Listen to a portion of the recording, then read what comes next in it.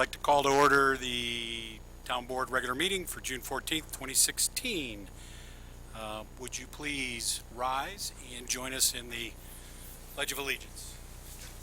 I pledge allegiance to the flag of the United States of America and to the republic for which it stands, one nation, under God, indivisible, with liberty and justice for all. Please remain standing for a moment of silence.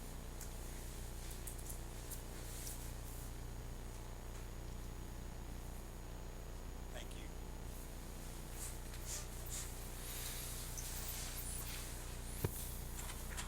Okay, fellow board members, any changes to the agenda? If not, I'll accept a motion to adopt the agenda as presented. So moved. All those in favor? Aye. Okay, public comments. Do we have anybody signed up for public comments?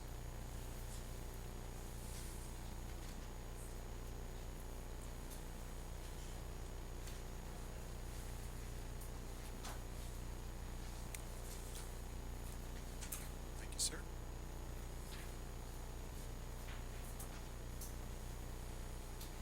Okay, first up, Doug Emerson.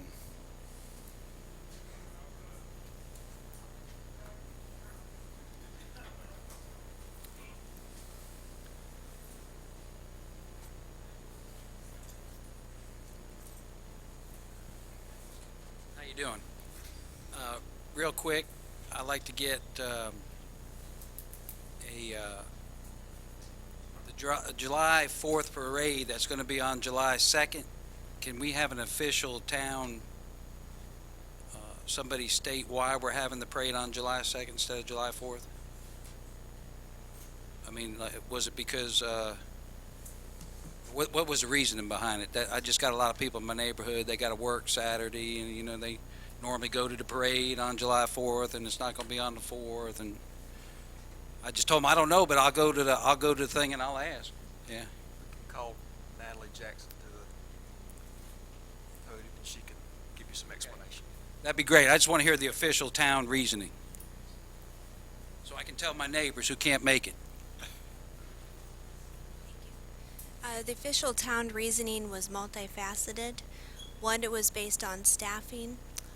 Two, it was based on July 4th happening on a weeknight, and we know we have a lot of families that come out late at night. They would have to go to work the next day, so it was moved to that date.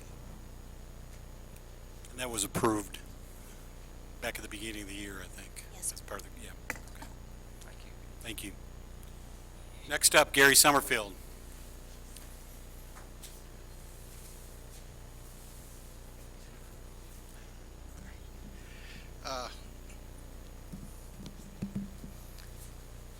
About the July 2nd parade, it really affects business. I can't understand why in the world you wouldn't have the parade on a holiday when we would be closed.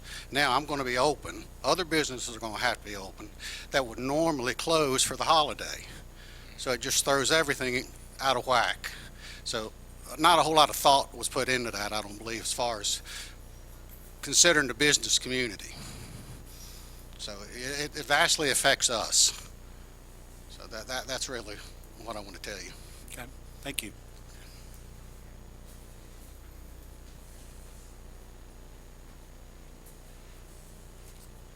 Okay, consent agenda.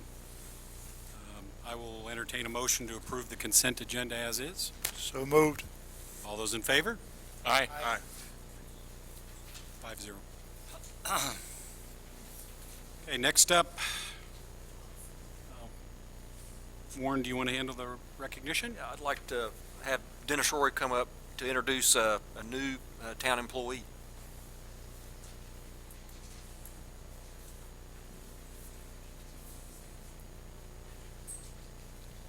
Good afternoon. I just wanted to introduce Matt Hubert. Yeah, so Matt started with us a couple of weeks ago as assistant town engineer. He has already jumped in, hit the ground running, helping myself and the town out with a whole bunch of initiatives that we have going on. He did his undergraduate work at Virginia Tech, spent a number of years over with the city of Monroe, and and comes to us with a wealth of knowledge, and is helping us already. So if you see Matt around Town Hall, that's who he is. He is not a stranger. He is a town employee, and we're happy to have him. Welcome.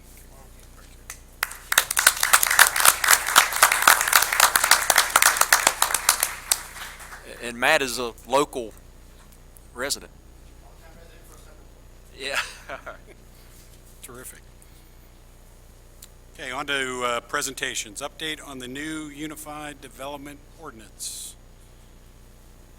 the Studio Cascade Group. All right, thank you very much, And Mr. Mayor. as you're getting ready, I do want to compliment you. It's been a busy 2 days for you. I went to the session yesterday afternoon, and I was pleased to see a number of new faces. I think I counted 8 or 9 people I hadn't seen before, and that's terrific. Sat through your evening last night. We were overwhelmed today, and we look forward to a nice, calm presentation now. Nice, calm presentation tonight.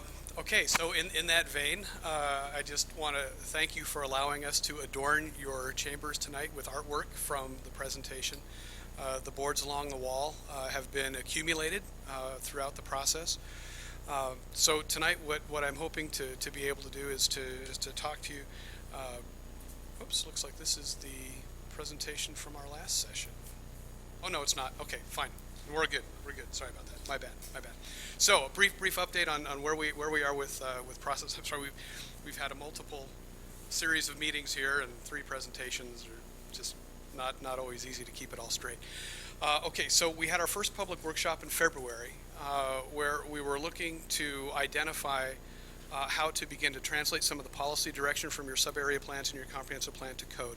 So that was really a meeting that was focused on determining priorities and first moves, and how we begin to negotiate that blending of the downtown ordinance, which is relatively new, with a more conventional zoning ordinance and development ordinance for the rest of the community.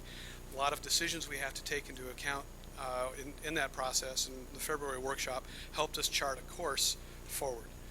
We came back again in March. We spent a week in town running Storefront Studio. We had a couple of workshops during that time as well, very productive, high level of community participation in the evening workshops, and also during the day. It was a situation where we had people dropping in and talking to us through the course of the day, so we had good one-on-one conversation between the consulting team and members of the community. Wide variety of stakeholders participated in that too.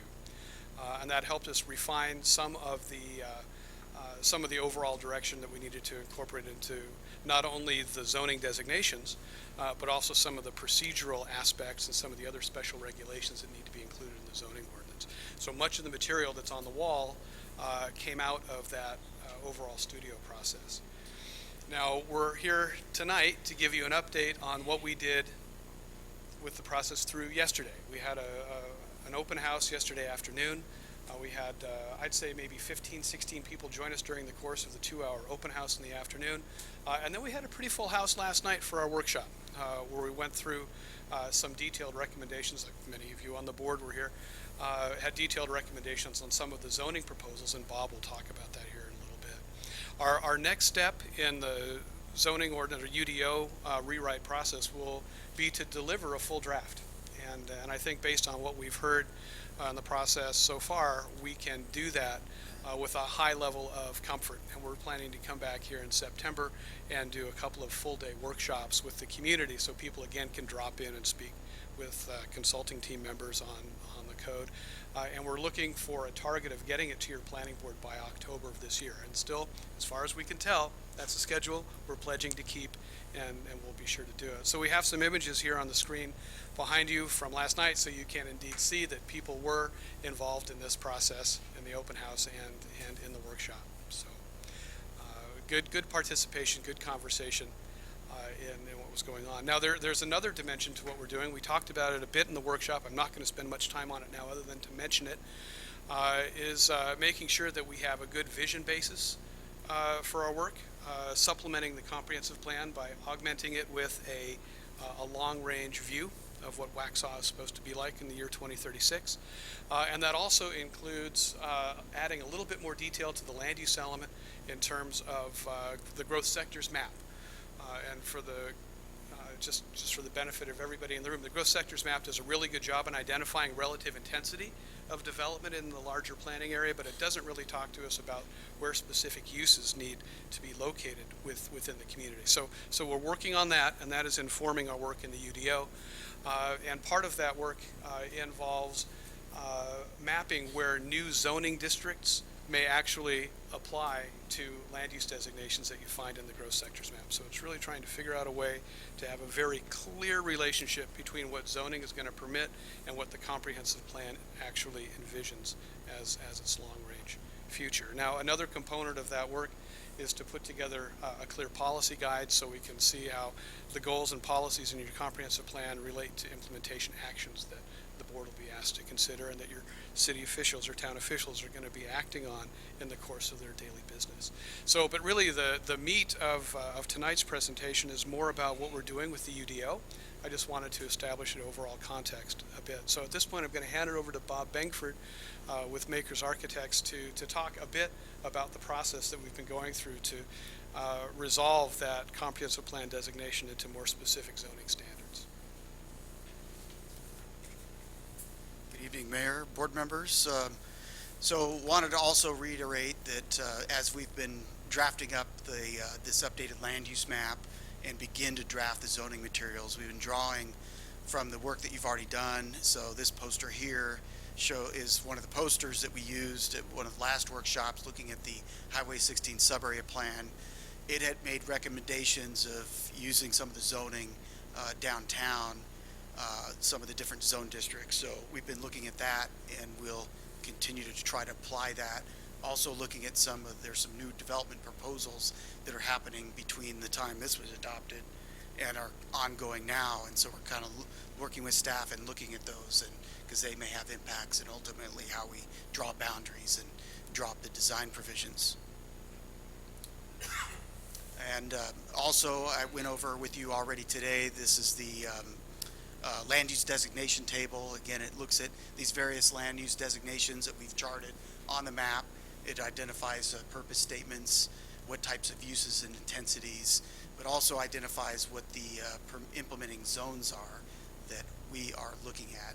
And the next part of it is the actual code language that we were looking at, and we have the handout we presented last night and we passed along to you today. It's the Waxhaw zoning concepts, and within that we talk about the descriptions of each of these proposed zones, and they include purpose statements, identify the appropriate areas for those zones, provide an overview of key uses, density provisions, and even design provisions, important things to be addressed. And also they identify applicable comp plan land use designations.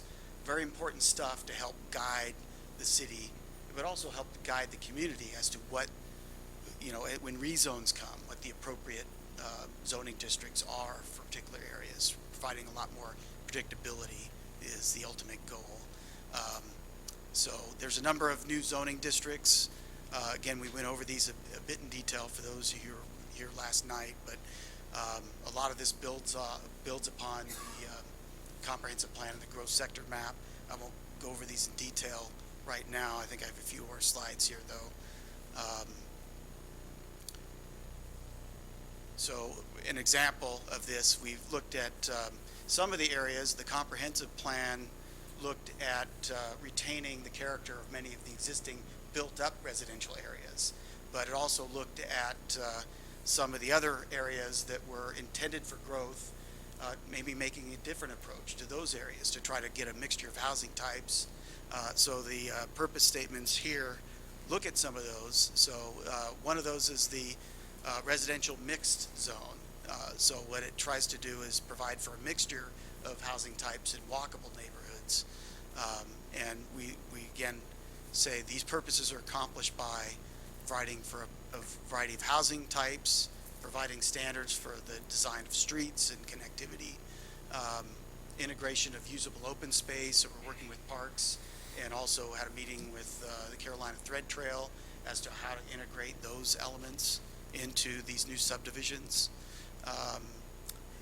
And another point is maybe looking at having minimum density standards for some of these areas that are close to your transportation network, and have your urban sewer and water types of uses. So these are some things that we're going to be looking at more in detail, and we provide in our some of our zoning charts like this, where we've actually proposed an initial set of standards for minimum lot areas, minimum or maximum densities, building heights, and I've provided comments on here as to how they might relate to the existing zoning and what some of the notable changes are. So again, went through this last night. We had pretty good comments, but there's a lot of details to this, and so I think we got enough support last night and today to keep moving forward on these things, but we've identified a number of areas where we'll want some input on, and I'll mention a couple of them as I move forward here. So again, this chart looks at the non-residential zones and the mixed-use zones. Many of these zones already exist, like the neighborhood mixed use, town center, Main Street. A lot of those already exist, but we'll be looking at probably consolidating some of the commercial zones, for instance. So again, we'll be coming back with some more details on those later. And also, we talked about building forth from that form-based approach on the street fronts, particularly in downtown, to really clarify where the storefronts are required versus where they're optional, and where landscape setbacks would be optional or required. So the map here dictates that, and there's a chart there that has kind of a summary of what the standards are. We're working on the extra details that go with that, and so over the next couple months we'll be fleshing that out and working with staff. We got good input again last night with some folks on that map, and then we came up with this other list here, 14 key updates to better balance character and growth. And we've heard a number of things about the downtown code. It's been in place for a couple years now. We had a chance at the beginning of the process to do an audit of downtown code. We think there are a number of improvements that can be made. There's a lot of good stuff in there, but in this case we've identified 14 kind of strategic things, whether they're downtown wide or appropriate for some of the individual districts that could be made to make things better. And we think a lot of these things are already consistent with the policies that you have in your comprehensive plan, or even the draft that you have. And there's a couple items here that I'll zoom in on. One of them might be the building height, for instance, in the town center zone. We've heard a number of things about, maybe 4 stories aren't appropriate for everything, and we've heard a big concern about that. So in this zoning concepts chart in the town center zone, we've outlined some ideas to maybe look at that a little bit deeper. And there's some proposals, for instance, maybe if you're a mixed use building and you have some structured parking elements, that maybe that 4 stories is okay. Or maybe for a hotel, that might be okay for 4 stories. We know you need a hotel if you provide some parking within the building. Or if perhaps if you want to just do an apartment building like that maybe if you step back the top floor about 10 feet, that maybe soften the look of a building of that scale. So those are some things that we threw out there that under consideration, that generally we kind of had some head nods last night, but we'll be looking into detail. And there's some other things, like in the urban neighborhood zone, allows, for instance, right now you could do a series of 10 attached townhomes in that neighborhood, which are totally different from the character that you now have. So we talked about maybe putting some limitations, still allowing townhomes, but maybe allowing you to do only 3 or 4 attached together instead of, now there's no limit. So some parameters to have that balance between growth and compatibility. Same thing for the neighborhood mixed use zone. There's no limit to the extent you can do. So maybe looking at a limit of 6 together attached might be a reasonable thing. And that's a common limit anyways for fire code restrictions, from what I last understood.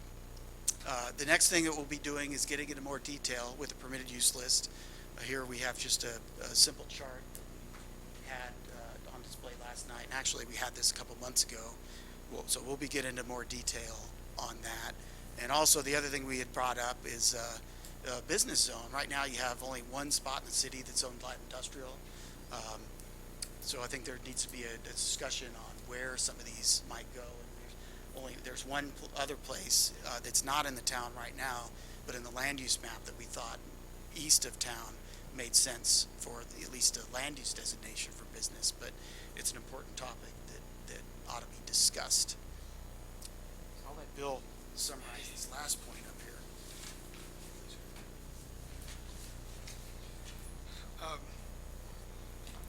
Zoning is kind of like a garden slug. It's one of those things that not a lot of people pay attention to it until it touches them. And so, when we do this, we don't always have a way to attract a lot of people into it because of the intrinsic value of talking about zoning. So I just want to take a second here to compliment the people who have been involved in this process, because it does take a certain way of, I think, thinking in the abstract of making it happen. And I know it's not always the sexiest topic, but it's really an important one for town management. When we think about working on a UDO, there are certain things we need to make sure that we take care of. There are already development rights provided to people based on the entitlements that the zoning allows them today. And when we look at revising a zoning ordinance, we need to make sure that we're honoring those development entitlements, or if we're decreasing them, we're doing it for a very, very good reason. So that's something that is paramount in our consideration, is making sure that we are maintaining some level of development entitlement with the assignment of new zoning. We also have to make sure, and Bob mentioned this earlier, that we are establishing a level of predictability so that people who are doing the development work and people who are residing here in town have a pretty good idea of what's going to be happening on the property that has yet to be developed or yet to be built upon. So that there is that understanding. And kind of hand in hand with predictability is a sense of protection. We want to make sure that with our zoning ordinance, we're honoring the people who have invested in this community, and that they have an opportunity to expect that their investment is going to pay off. So those are three very important things in the aspect of zoning that we have just taken care of in our work to date. Now we're moving on to another facet of our work, where one of them is looking at process, so that we actually have rules that govern how land decisions are made, whether it's subdividing a piece of property or it's issuing a building permit. We have to make sure that we have an appropriate and legal process to consider these things. And we are imagining a degree of change in that process from the way that you do it today. So that's one thing that's on the horizon here, is finding ways to navigate the process a little bit differently. You're a bigger town than you used to be. You're a lot busier than you used to be. And so we have to make sure we have processes that are efficient and that reflect that increasing level of sophistication. And then another component that we're working on is character. How do we make sure that we have development regulations in place that assure the type of character that is promised in your comprehensive plan? How are we going to assure the type of character that is now part of your conversation in your branding discussions? How do we propose the kind of character that really draws people to Waxhaw? And how do we ensure it's going to sustain into the future? So as we look now, we've really, I think, overtaken an important milestone in the process by looking at the more technical aspects of zoning in terms of predictability, protection, and development entitlements. And now we're moving on to something that, in some ways is a little bit less tangible, and in other ways is more tangible for our next workshops in September. So look forward to that. And for those people who haven't yet been involved in the process, I encourage that they do, because it will continue to get interesting as we move forward through to the next stage. Okay. Oh, one more thing. We did ask people to consider the material from last night in a worksheet. And for those who are interested in doing that, we do have copies in the back of the room. If people want to take a look at what we're proposing for downtown, what we're thinking about in terms of some of our zoning standards and how we translate character into design guidance, this is a good opportunity to give us some quick feedback. And we'll have this posted on the website as well. Thank you. Thank you, Bill and Bob. Any questions for Bill and Bob on board? Thank you very much.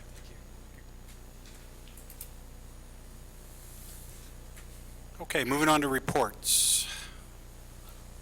Commissioners' reports. Commissioner Fitzgerald?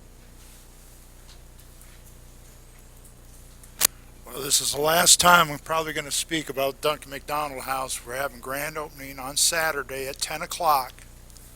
And then we're going to have a ice cream social in the kitchen after the grand opening ceremony. So I hope you all can come out.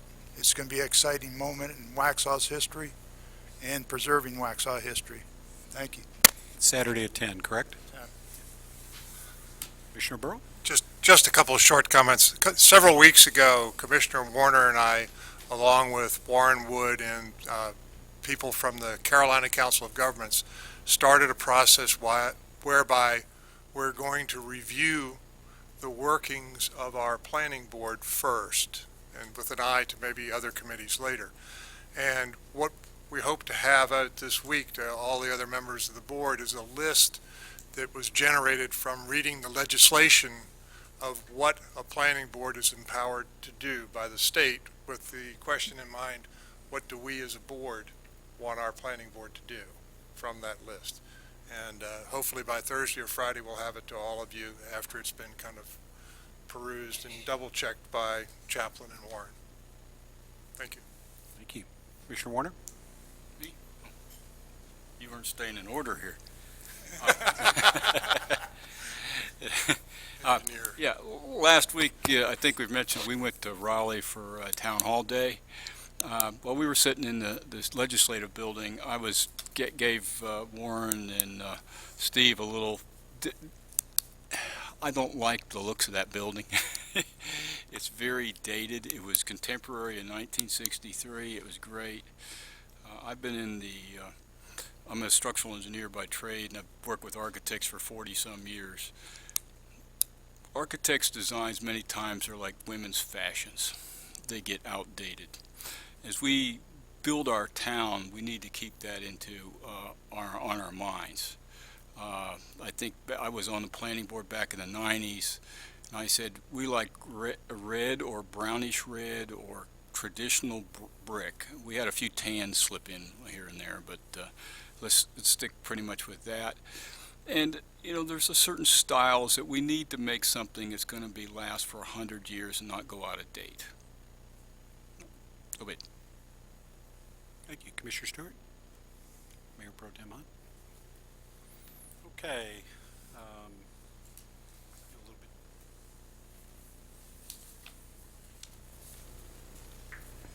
bit. Assuming Nick's loading. All right, comments. Okay,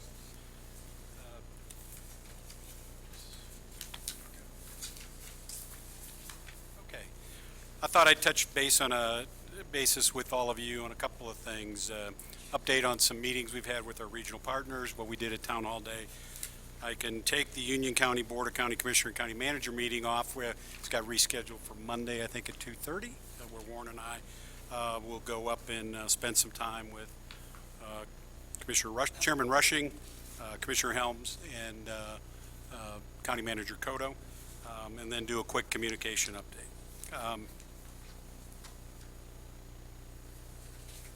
Schools is a big topic, and we meet with our Union County Board of Education liaison on a quarterly basis, and as needed, they bring in their executive planner, Mr. Hughes.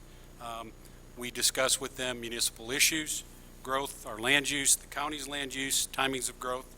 We're respectful. We don't tell them how to run their business, and they don't tell us how to run ours. But we have a very candid discussion about growth and what the possibilities are and where Waxhaw could be in 5 years, 10 years, 15 years, et cetera. As we've discussed growth, what's very interesting to note is consistently we are being told that the schools that serve Waxhaw, by and large, are under capacity. Cuthbertson, Weddington, Marvin are under capacity. Kensington's strained. Waxhaw Elementary is under capacity. And not only is it under capacity, the reason behind it has been studied by their demographer. and studied by the county commissioners.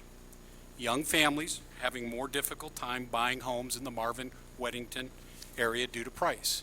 And so those schools are bottoming out. They're having more capacity.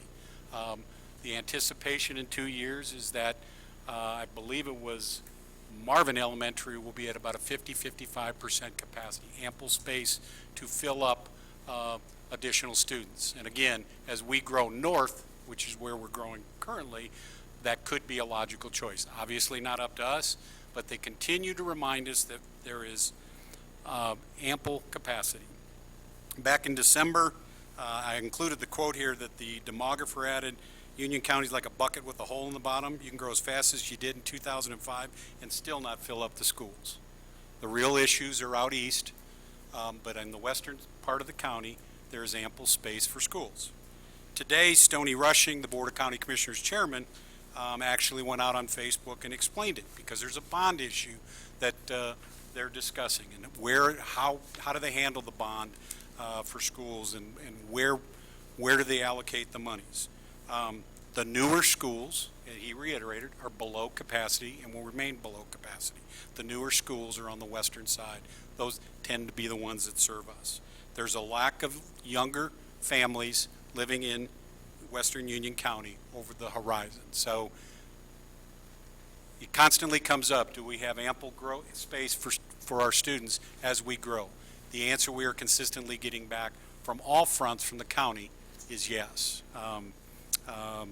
And quite frankly, I got the impression from both of them, they're tired of hearing us asking that question, but they welcome our growth projections and take them in.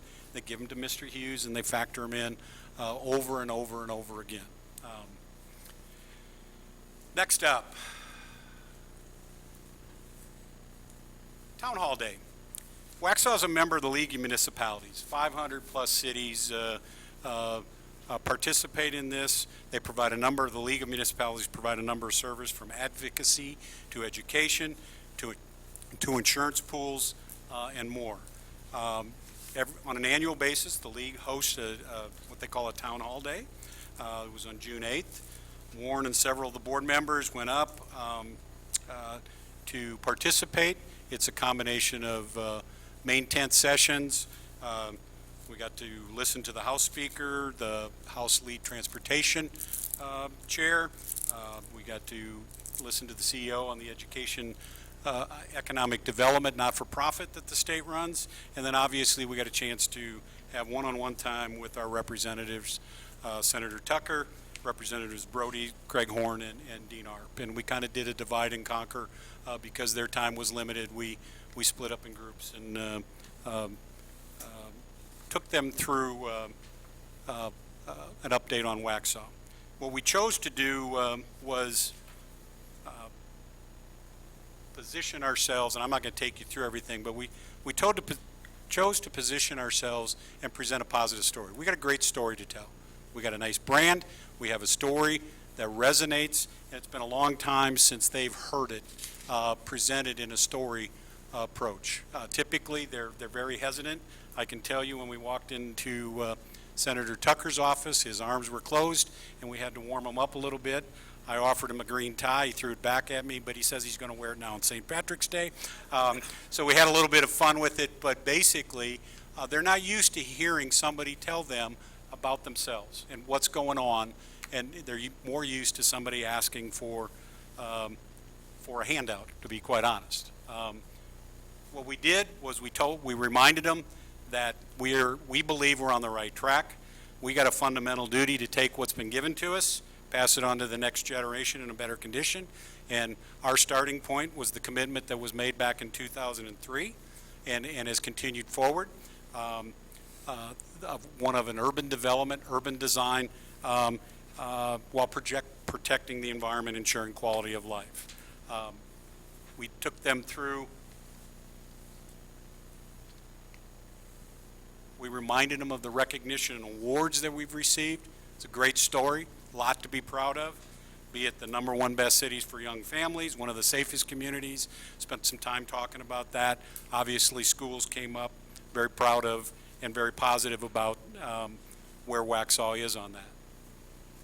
We also took them through Waxhaw on the numbers and shared with them that we're now on a course that we're really trying to understand how we're serving the citizens. So it's, I mean, you might find this a little bit interesting, but 2 years ago, we were not able to create that graphic and actually understand how we were spending our money and what services we were spending it on. But we've taken the time to update our policies, practices, and financial procedures, and we know how we're spending our money in support of the citizens. We talked about growth rate. We're all over the map on that, upwards of 38% in the last go-round. We talked about the challenge that an average age of 38.8 years presents to Waxhaw. It's right in that middle range. It begs questions about the millennial generation, and it begs questions about the baby boomer generation. Consistently, every representative asked us, what are we doing to serve and provide housing for the younger generation? Consistently, all four of them asked us about that. They recognize that we're a little bit out of whack on our tax base, that we should have a better balance with economic on the retail commercial side versus housing. We took them through our economic growth, and this is where they became energized. They started to talk about how are you going to up your game on Main Street and really take advantage of what the Commerce Department really has to offer there. And they were excited to see, and all of them, I think, highlighted the fact they've been through town and seen some of these things in action. They're excited that the Y provides job growth, but they realize that we need to do a better job, and they've encouraged us to do a better job with the county and start developing an economic development strategy that actually branches out to the eastern side of Waxhaw Parkway, et cetera. And then the enhancements that we're making in terms of the modernization of the comprehensive plan and the development ordinances, quality of life, et cetera. Not to say that we didn't ask them for a little bit of help, but what we did talk about was there's some opportunities where they can assist us. We had a work session earlier today where we talked a little bit about we talked a lot about transportation.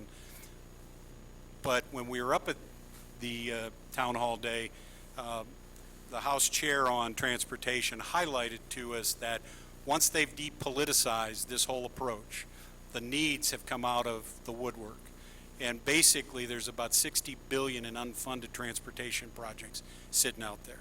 They got a massive challenge on their hands, and how we get there is not going to be everybody waiting for the state to pay for it. It's just not going to happen that way, and they were excited that we came forward unsolicited and suggested some short-term fixes that could provide some long-term benefits, and they asked us to come back with some ideas, some suggestions, what would it cost, those kind of things, to see if they can free up some money that may be out there that they could help us with. And they also understand that the donut hole challenge with us. We ended with and reminded them that we do have a very good story to tell. We are rich in heritage, we're bustling with activities, and we're offering a sense of well-being for all who work and play here. That we're not just singular focused, that we're trying to address all of these at a time when, as we've grown, as Studio Cascade alluded to, we're far more complex, we have far more challenges in front of us as we progress forward. The outcomes from the day,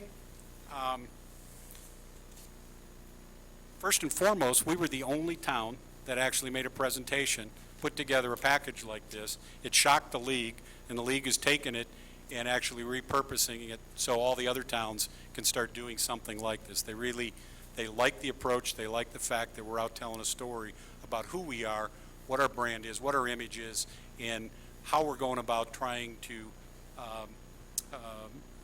move the ball forward. I already mentioned the transportation challenge. They understand that we sit at in the region that we're in, we sit at the end of one end while Stateville sits at the other end. We got the lowest traffic counts in the region, so we got to come up with different ways on how to compete for some of the state funding. The observations from the representatives were as follows. They see positive change in Waxhaw, both physically and in the government side. They understand our issues with the donut holes. There aren't any real good answers there, but they want to engage us in the conversation. They're very firm on property rights. They prefer the voluntary only annexation, and appreciate the fact that we're working with properties that are not a part of the town in a voluntary way. They're very complimentary towards our self-help approach, and they're willing to work with us on some of the creative solutions to our specific challenges. As a matter of fact, we have a response due back to them first part of next week on some of the transportation issues and some potential opportunities there. Lastly, on communications, we're in the process of doing some different things. We've started neighborhood meetings. Natalie, the community outreach arm of the police department, myself met with Prescott and did a combination of update on trails, update on community policing, and update on the town. We're meeting with Curitan tomorrow night, Millbridge next week. The east side is actually July 19th, not the 20th, and then we're going to work with the other communities to get those scheduled throughout the summer and early fall. On a social media perspective, we're going to try to do some things differently. You saw with the 34 acres, we got an announcement out there. We aren't going to debate this stuff on social media. That's not how we do things. What we're going to do is actually, where we can, offer some things out there, state it. When we got the offer in on Thursday, we put it out there on Friday, let people digest it, get the issues out there, and then can be addressed in an open meeting as we bring it forward. And then as part of the budget process, there is a community survey funded in that. We will get that started in the fall as quickly as people are back to school, when everybody's back, so we can get input. The last time we did it was before as we were conducting the town manager search, and we need an update to that, quite frankly. Some observations and some of the comments that came back. First of all, I'm going to remind everybody, we operate under a council management form of government. Developers don't come to the board members. We don't have our hands out asking for something from the developers. They go to the town manager. That's their one-stop shop. He asked us what help, if he needs help from us. When there's something formative that he can bring forward, he brings it forward. If it's confidential, we go into closed session. But the process is a council management form of government, and we operate that way. Nothing is decided by the town manager. He brings it to the board. We discuss it, deliberate it, just like we're doing on the 34 acres. So we're not sitting there trying to hide anything. In fact, we're going to try to be even more transparent. Design point. Our town design point has not changed since 2003. The quote up there is taken from the 2003 plan. Urban villages that carefully blend in a variety of high-density residential uses and neighborhood retail uses are found in key locations in the community, while preserving Waxhaw's unique historic character. That's from 2003, hasn't deviated from that along the way. Yes, we've had some challenges along the way. We're not deviating from that. Our use aligns with the Union County Comprehensive Plan, be it the county, be it us. This part of the county, town of Waxhaw, higher density urban design versus low density suburban design. It creates a challenge. We're a little bit different from our surrounding municipalities, but that's okay. That's been, again, consistent since 2003. Actually, the county land use and comprehensive plan approved their land use back in, I think it was 2006, reaffirmed it in 2010, reaffirmed it in 2014. Nothing's changed there. We aren't changing either. What it has pointed out, though, is we've got one heck of a lot of gaps, and Warren's talked about those, in some of our standards. We have very limited to no design standards, construction standards, street standards, you name it standards, and that's what's led to the modernization of the UDO and comp plan, the standards and consistent policy over politics. I want to make a point. We're not taking anything away from this board. But what we are doing, and we started today, we have to have a very good, solid discussion about the policies we want to take forward. That's why the UDO process is going to take some time, because we have to actually talk about it, debate it, get your input, and really develop the policy so it's consistent as we go forward.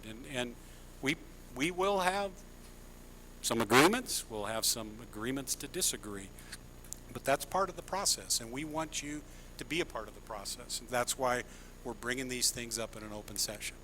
With that, I'll turn it over to you.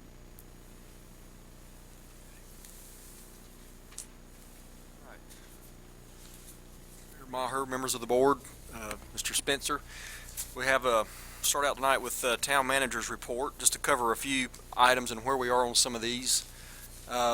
Obviously, in tonight's agenda packet, there's a public hearing on the recommended budget. That's a process that started in January, coming to the end of that.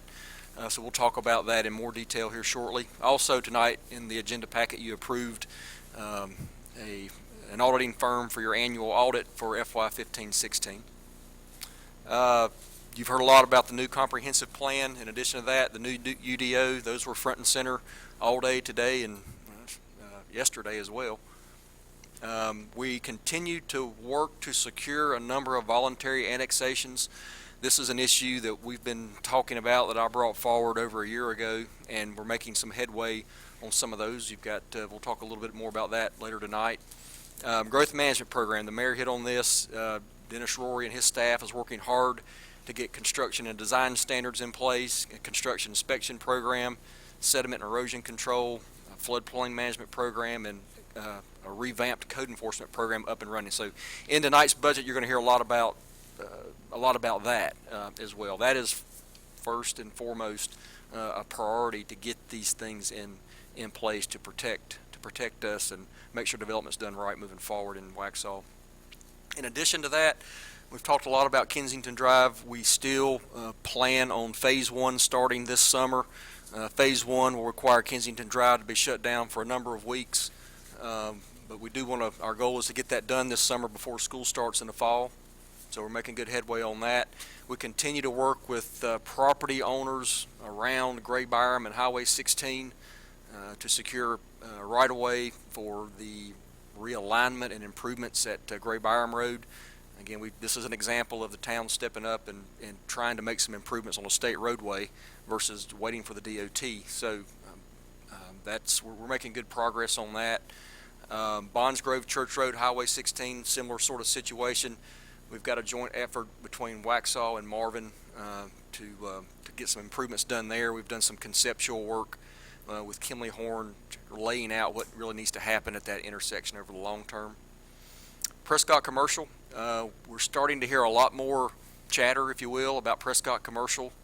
In fact, the traffic signal at Prescott Glen Parkway and Highway 16 should be activated this year. And my guess is you're going to start seeing some activity on that site. We're starting to hear more, again, more chatter about businesses and maybe some residential locating. Have they confirmed the back-end connection?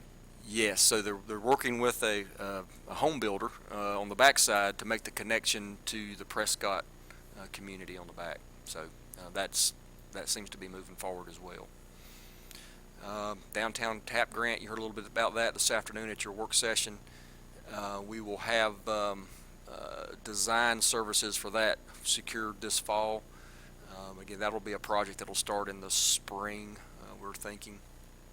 We've completed putting the final touches on completing the town-wide street assessment that we did, that will result in a street resurfacing prioritization list, which is something we haven't had before. That tells us when we do our street resurfacing which roads need to come first, second, and third. So it's a data-based process that creates that list. So that's good for us. Wayfinding, this is the third and final phase of wayfinding that is getting ready to be implemented. In the coming year's budget, and you'll hear more about this again in a minute, we're going to start putting money towards, or recommending putting money towards, implementing our comprehensive pedestrian plan on an annual basis, and it's more than sidewalks, but think about a sidewalk plan. It's more than that, but that's in essence what that is. So we're excited about that for the coming year if that's approved by the board. We did, y'all just please stop me as I run through these. We did submit 3 projects for funding through the CRTPO, their direct allocation money that they had. I think they had $55 million. They allocated out, they went to the first round of that, they allocated out about half of that. They've got half of that left to allocate, and I believe they mentioned later this year, December, they will do a second phase of that. We didn't get funded on the first round. I bumped into one of the folks from the CRTPO in the hallway, and he said, maybe he hopes we have better luck the second time around. And I said, well, I hope we do too. So the 3 projects we have submitted are money to be additional funds to be allocated towards the improvements to Kensington Drive. The second project is the improvements at Gray Byerman Highway 16, and the third is Bonds Grove Church Road and Highway 16. So again, there's probably $25 or so million left to be allocated. This is throughout the whole Charlotte metro region. So we still have our projects in the hat for allocation funds there. The Town of Waxhaw YMCA partnership, specifically the field development on our what's now 16 acres. We got 3 additional. We had 13. Union County donated 3 acres to the town. So Natalie has, at a recent meeting, presented the contract to develop the construction documents to move forward with field development at that site. So we're moving forward with developing those plans. Town Creek Park improvements, those are some improvements that are recommended in the upcoming year's budget. Natalie's also working with a firm to identify needed park improvements at Nesbitt Park, specifically as it relates to parking and restroom facilities. So we will have ideally some conceptual plans prepared for not this coming year, but for the following year that we can implement out there, which are badly needed to complete that park. Potential park development on Waxhaw Marvin Road, we'll talk about that later tonight. Downtown park design, we've received direction from the board to engage a group of citizens and to identify cost-effective ways where we can start utilizing the 10 acres that we own downtown. So we're going to, Natalie will be leading that effort. So we'll hopefully be able to come back with the board with some cost-effective recommendations so we can start utilizing that property downtown. Downtown street lighting replacement project, we're going through a 3-year process of replacing all the street lights in the downtown area, updating those, and that is a recommendation for year 1 of that for the board's consideration in the upcoming year's budget. Leaf composting facility, we're moving forward with securing engineering services to develop the construction documents for that. The good news is with the conceptual work we've had done, we believe we're going to have the bonus of being able to co-locate a public services facility at that site, as that's been identified as a capital project that is needed. Now, we don't have funds set aside per se to develop a new public services facility, but based on what we're seeing, we do believe we can locate both the leaf composting and their operation over time at that site, so that was good. Upcoming, we're going to continue to have work sessions, and so here are some of the things that you're going to be discussing in the coming months. Downtown parking. One of the things not contained in the upcoming year's budget recommendation is a decision on utilizing the Women's Club or entering into an agreement to utilize the parking at the Women's Club, and we would get that through resurfacing their parking lot. So that is a discussion that we're going to bring to the board for June 28th. So should we resurface the Women's Club parking lot in exchange for additional a parking agreement to give us additional parking downtown when they're not having events at their location? So that again is coming we'll have a June 28th workshop. Main Street Advisory Board reorganization, that will also be something that will be discussed at a June 28 work session. The Main Street folks in Raleigh have advised us that we need to reorganize our advisory boards more in a board of directors sort of scenario versus what we have now. So that's something that will come forward to the board for your consideration on the 28th. Commissioner Burrow mentioned this, procedural improvements to the planning board. Again, that's something that needs to be tackled, and has already some work has been done on that. Town Hall, the clock is ticking on the current facility for town hall that we rent, and this more than likely in July or August we're going to start bringing some things to consider for a permanent site for town hall to get your feedback and direction on where you would like to proceed. So that you'll, in the next few months, you're going to be hearing more about that. New Town of Waxhaw brand is, the work on that is moving forward. Community survey, the mayor mentioned that'll be something that we need to do sooner than later and start working on developing that instrument. Town's role with the farmers market. We've had a request from the farmers market. We're not sure what the town's role should be, so the board needs to discuss what's appropriate there. That'll be something that we'll need to talk about.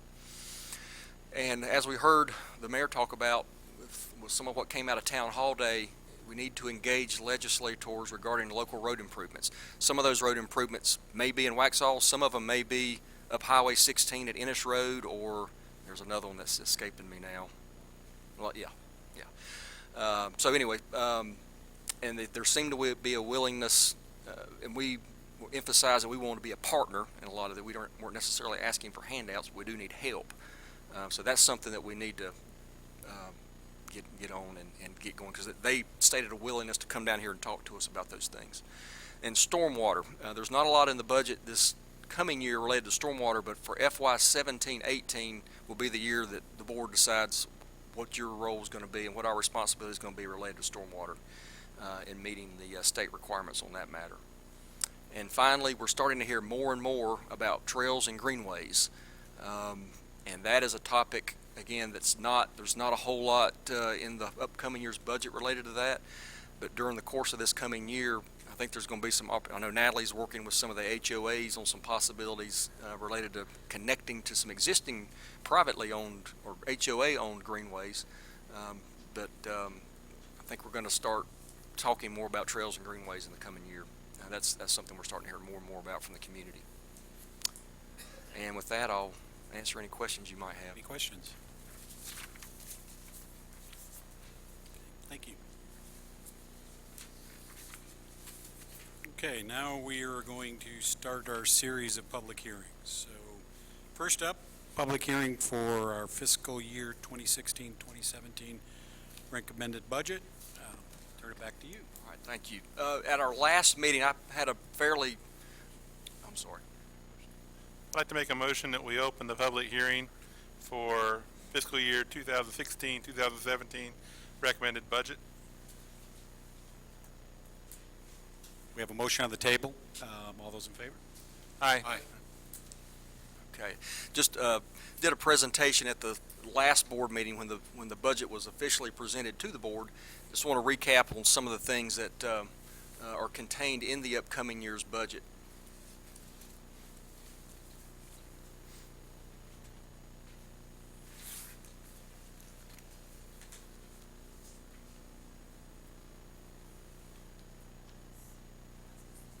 Well, I've got a presentation loaded.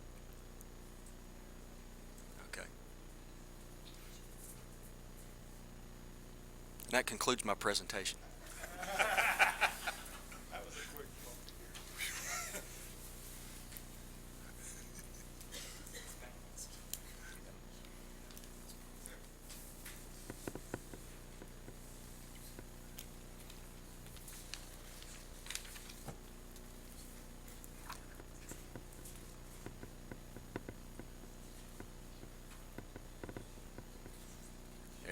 There we go. I apologize. Okay, so the town manager's, one of the main statutory responsibilities of the town manager is to present the annual recommended budget to the board for your consideration. So this will go through what's contained in that. I want to start out by talking, and we did this when I presented it 2 weeks ago, but Waxhaw is a special place. You know, I've been here a year. I'm already proud to be from Waxhaw. #1 best city for young families in North Carolina. 4th safest town in North Carolina by one agency, 5th safest town in North Carolina by another, rated the 11th safest town for drivers in North Carolina, the 20th best high school in the state of North Carolina out of 727 public high schools. That's impressive, and most schools in Waxhaw are rated 9 out of 10 or 10 out of 10 by great schools. So there's a lot to be proud of in Waxhaw, and this is just I mean, whether you get these accolades or not, it is a great place to live and raise a family. So that's just, I'm going to start out with that. So what purpose does the annual budget serve? It was more than just a series of line items. It's a policy document. It's a strategy document. It's a long-range planning document. We've got a 5-year capital improvement plan and a 5-year financial forecast in there, as well as your strategic priorities that are contained in the document. And it's a management tool, and over time, we want it to become even more of a management tool with performance measures and benchmarks, so we can measure our performance and tell how well we're doing against other jurisdictions in the state of North Carolina. It's also a communications document that communicates to the public what your priorities are for the coming year and beyond. So in building the recommended budget, we look in 2015, the board adopted a vision, mission, and value. So that's the extreme fundamental basis upon which this recommended budget is built. And in addition to that, you've identified strategic initiatives in the budget document, and as well as specific goals and objectives, so very specific items that you want to accomplish for the coming year. And in addition to that, we took information that we received from the board in February from the board staff retreat, and also we referenced citizen-based master plans to get guidance on what should be recommended in the upcoming years. But a simple example is the comprehensive pedestrian plan. That's a citizen-based master plan, and is included from a funding perspective in the upcoming year's budget. And for the current year, we've broken out a set of financial policies or best practices that guide how we're going to manage the town's funds and how we're going to some specific strategies on how we're going to budget. Everything from setting up capital reserve funding to a contingency fund to how we're going to budget our revenues. And that's all contained in the document. So we're building our municipal systems in Waxhaw. This past year, we focused a lot on our administrative system. The mayor mentioned getting an understanding of where we're spending money. How much do events cost us every year? I mean, breaking these things out to understand how much services and initiatives that we embark on are costing us. The coming year is going to focus heavily on growth management. Those are the items that I went through previously, from the construction and design standards all the way down to the inspection side of it to code enforcement. So that's the growth management side is heavily there's a lot of funding that's going into place and a lot of effort that's going into place to get that system in place in the coming year. And then think of also other municipal systems that we have: our transportation system, our infrastructure management system, our environmental management system. Just think of stormwater that we talked about earlier, and our parks and rec system, and our public safety system. I would say, and please stop me as I run through this. I mean, you heard this last time, but I would say our public safety system is police is probably the most advanced that we have. It's been the best funded. I mean, just look at this facility, the resources that have been put into public safety. And you see the results with some of the accolades that we get from various institutions and organizations around the country. Okay, all right. So getting into the numbers a little bit. This is the current year's budget. FY 15-16 is $15.6 million. So as we sit here today, our fiscal year ends June 30th. Our current year's budget is $15.6 million. In the coming year, the recommended budget is $13.1 million. And that's a fairly significant drop. And the reason for that is we have a number of capital projects that are dropping off, namely Kensington Drive and the purchase of the 13 acres for the YMCA partnership. So that's what's driving that drop. When you look at on this pie chart, we have a variety of, we have 5 different funds. The overwhelming bulk of our financial activity is in our general fund, and then these others are the capital projects fund, the property rental fund, the grant fund, the technology fund are much smaller. So most of our financial activity is contained in the general fund. Revenue highlights: the property tax rate will not change. It's at the current year it's 36 cents. The upcoming year will be 36 cents recommended. We did go up 2 pennies in FY 15-16 as a result of the countywide property revaluation, where our values actually dropped. So we raised the rate to hold us at a revenue neutral amount. But so other than that, so this will be the second year running at a 36 cent rate. So the average homeowner so if the average is a $300,000 home, will pay about $1,000 a year in town taxes, and that equates to a $90 a month bill in annual property taxes for town services. We saw this past year solid growth in the property tax base. We continue to see it, or project to see it in the coming year. We grew at almost 7% property tax growth rate in this past year. That's extremely strong. I can tell you there are very few jurisdictions in the state of North Carolina or nationally that are growing at that rate. That's healthy, and most of it is single-family residential. Looking at the budget from a revenue perspective, ad valorem taxes, that's a fancy name for property taxes. It's about 46% of the overall revenue makeup for the town of Waxhaw. That's not uncommon for North Carolina. Your property tax is the one property tax rate you have complete control over. All the others, with the exception of some fees, you do not. The second highest revenue source we have are sales tax and utility sales tax. That's about 20%. So we have in two categories of revenue make up 66% of all the revenue, that 2/3 of all the revenue we receive. Property tax rates. For towns between 10,000 and 25,000 population, which is our peer group in North Carolina, we're right here at 36 cents. Davidson's right below us at 35. Fuquay-Varina outside of Raleigh is at 37. The average for this group is about 44 cents. So we're I think we're the 11th lowest in this group. You get what we talked about this. What happens when you move down the list here to the higher property tax rate? Those are communities who are not doing well economically, and they have the choice of reducing services or raising taxes, or probably in most cases both. And that's what you're getting with these that are on the extreme end, stagnant economies, and that's not the case for Waxhaw, fortunately. Personnel highlights. We received approval from the board a few months ago to move forward with hiring an assistant town engineer that you met tonight. Although his position is funded in the coming year's budget, we just had too many projects that were teeing up not to go ahead and hire some additional help to manage those. So one position new to the coming year's budget is the assistant town engineer, one sediment and erosion control officer, and one code enforcement officer. So when we talked about developing this comprehensive growth management system, this is putting our money where our mouth is in terms of hiring people that are going to manage those systems and programs. So those are the 3 new positions. And that'll give the town 66 and a half FTEs for the coming year. And when you break that down into a pie chart, you have 28 of those 66 positions are in the police department.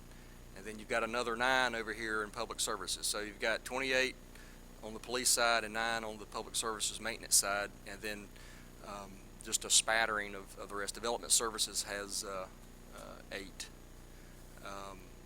So actually that's development planning within the development services department. So you can see we're heavy on police, which is great, and working on the other areas to build organizational capacity. Some operational highlights: implementation of a growth management system. We talked about that. I'm not going to hit that again. I'll run through that. The comprehensive plan, the UDO.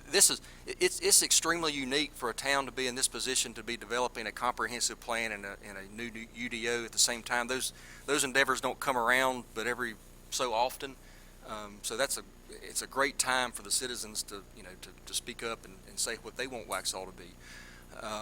And putting these other systems in place to go along with that has been a tremendous amount of work, but it's going to pay a lot of dividends in the years to come when we get these things in place. And I would expect by January, February, hopefully the UDO will be finished, and all these other programs will be up and running. It'll be a matter of integrating those and making sure they all talk to one another, and they're running efficiently. There'll be that side of it that comes into play.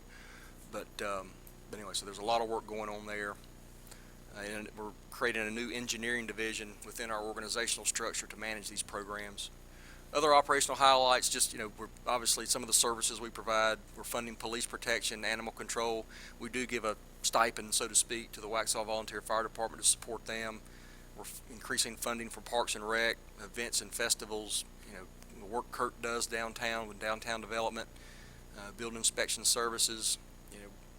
We do require greater infrastructure requirements for new developments as a benefit to citizens. On the maintenance side, the residential street maintenance, I talked about developing that prioritized list to where we know where we need to be spending our money resurfacing streets. We're doing it in a smart way. Residential street lighting, residential street sweeping, thanks to the mayor and the work he did in securing a new street sweeper for the town. Residential solid waste services on a weekly basis, weekly recycling services, weekly yard waste services. We do household junk removal twice a year, white goods removal on a call-in basis, and we provide fall curbside leaf removal during the fall. So those are the operational items that are funded. On the capital side, and I went through most of these, the comp plan, the pedestrian plan, $150,000, wayfinding. Again, I've covered most of these. We do have money plugged in for annual capital replacement for police cars and other vehicles and mowing equipment and that sort of thing, $263,000. Kensington Drive is actually already funded, but that money will be we'll start on the construction side in the coming year. Talked about the YMCA project, the TAP grant, and talked about that. Town Creek Park, the street lighting replacement, capital reserve. This is important. In the current year's budget, the board set aside $200,000 to reserve as a reserve for future capital projects. We're increasing. The recommendation is to increase that to $300,000 for the coming year. In FY 17-18, I hope to be in a position to recommend $400,000, and then just keep adding that money. Be very disciplined about adding to what we're funding in capital reserve. That'll pay dividends and put us in a position to be more pay-as-you-go for projects over time. But again, just the discipline with that and not getting distracted and wanting to spend it on other things. But that will pay dividends in a great way in the years to come. That's equivalent to 2 pennies on the town's property tax rate. I know I ran through that fast. You heard it at 2 weeks ago, but that's the town manager's recommended budget for FY 16-17. We have nobody signed up from the public hearing side. Board, do you have questions?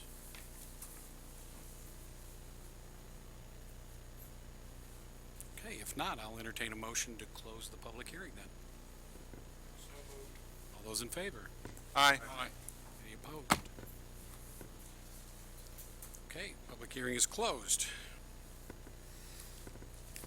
Next up, public hearing for petition TA 004345, request by the Town of Waxhaw Development Services for some clarification in the UDO regarding standards on the orientation of fast food or drive-through restaurants. I will entertain a motion to open the public hearing. So moved. All those in favor? Aye. Okay. Speakers are Kurt White and Max Olivers. Kurt? Thank you. Good evening, Mayor, Commissioners, Mr. Manager, Mr. Spencer. Before Max Oliver gives his presentation about some of the technical, or about the technical side of the text amendment here in question, I wanted to provide some context for you and kind of explain how we got to this point where Development Services wanted to request this text amendment. And it really all begins, the clicker. It really has a lot to do with what we have learned through our retail recruitment over the past, I guess, coming on 6 or 7 months now. So I'm going to talk a little bit about the retail recruitment process so far that we've done with the town, some of the lessons we've learned, and then put the text amendment in context with that. Earlier, or late last fall, we had really recognized the need for more retail development in Waxhaw. There was a lack of supply. A lot of dollars were leaving the community, still are leaving the community, because there's just not the options here for whether it be restaurant, retail, that the citizens want and that there's a demand for. There was also we identified the need for diversification of the tax base, and then finally quality of life, accessibility to those retail options that the residents in Waxhaw need.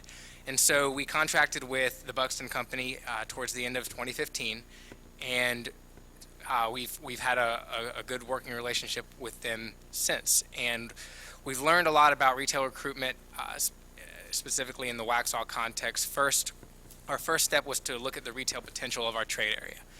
And trade area is basically a fancy way of saying the area that the majority of our customers come from. So when you're looking at Waxhaw, we might look at a 3-mile ring, it might be a 5-mile ring. Sometimes we look at drive times, 5, 7, 10-minute drive times.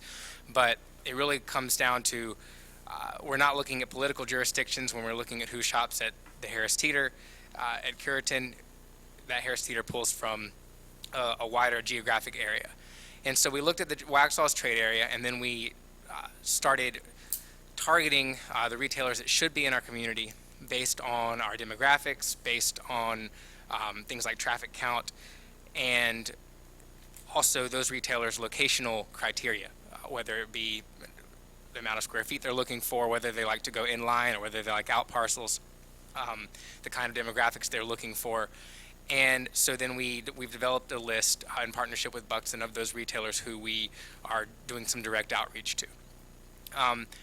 We're providing these data-driven arguments to the retailers in an attempt to supplement the information that they already have in-house and that they use in their location decisions.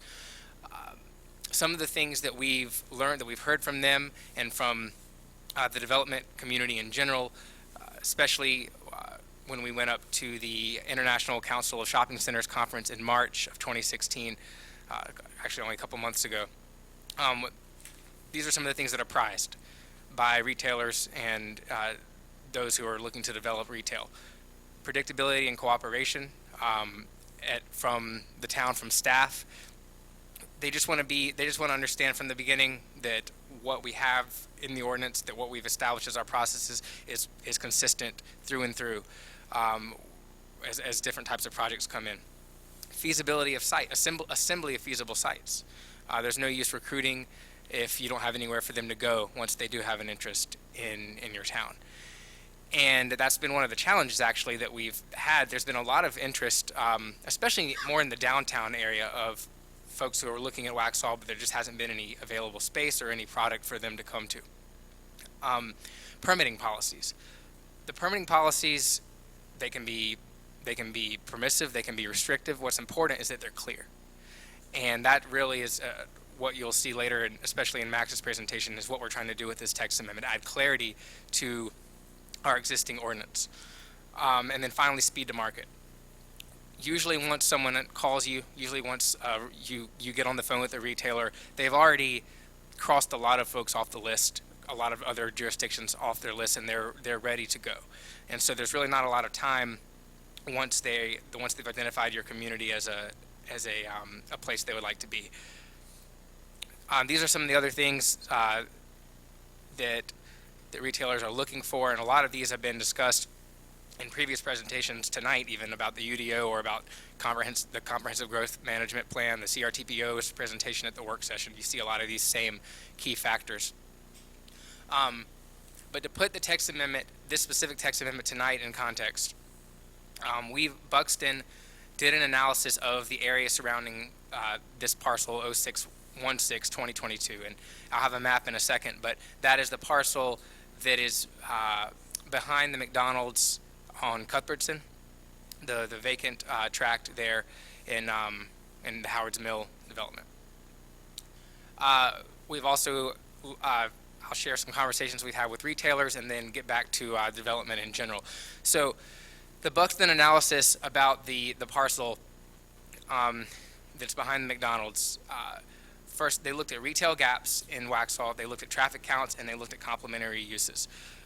From a retail gap perspective, they found over $58 million in food service leakage. So that's Those are dollars, and that's just in the highlighted area you see here, which is a 10-minute drive time from Kensington and 16. I know you're saying at what time of day is that 10 minutes, but that's what they use as their 10-minute. Yeah, you never know. And so within that, they've identified $58 million in food service leakage. That's residents of Waxhaw, or actually residents of that outlined area, who are spending their dollars outside of that area because their options are not there for them to spend them inside. Traffic counts, as we know, over 12,000 a day at that intersection. And then complementary uses. What we mean by that is that when you look at the uses that are already at that intersection or nearby, the pharmacies, the Walmart neighborhood market, the existing fast food, the coming Goodyear, and the coming YMCA, there are a list of uses that typically like to co-locate with those existing brands, and that's another key factor in how retailers look to locate. You might have wondered to yourself before, how come I always see a Ross near a Target? There's a reason for that, and there's a whole formula that these guys use. And so with the existing uses that we have at that intersection, it is calling for and that combined with the retail gaps and the traffic counts, it is that parcel is really lending itself toward the development of a drive-through use, fast food or fast casual use.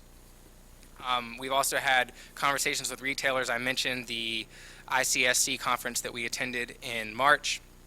And all known interest in that site has been from restaurants who require a drive-through. There's currently 2 parties who are interested in the site. They're precluded from locating there because the current language in the ordinance doesn't provide the level of clarity that staff needs, that would need to permit that. So then finally, and this is kind of bringing it back around to what I started with at the beginning, that development schedules are largely driven by financing. The market has been calling for space at that location, and they're really they're ready to move forward with that. Recruit and they will come. That's not an error that's crossed out. That's me saying that you just can't recruit and expect people to come. You have to look. You can't just make phone calls and ask folks to come to your community and put their stores. You have to look at all the factors, and that includes your development code, even down to the very specific 2 or 3 words that we are proposing to change in the ordinance that Max will go over here in a second. So to conclude here, we've taken a data-driven approach this past about half year now to attracting retail in Waxhaw. We looked at area draw, demographics, accessibility, and then we've also looked at our regulatory issues with our available sites. And the market is supporting a fast food concept at the location there behind the McDonald's.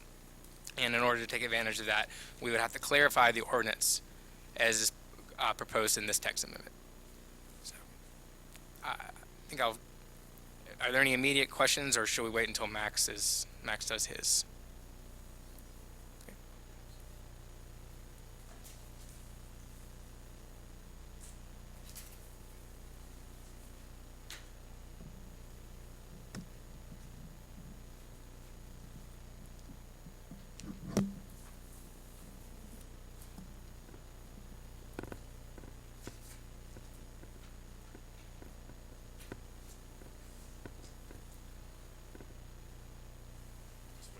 Presentation to come up.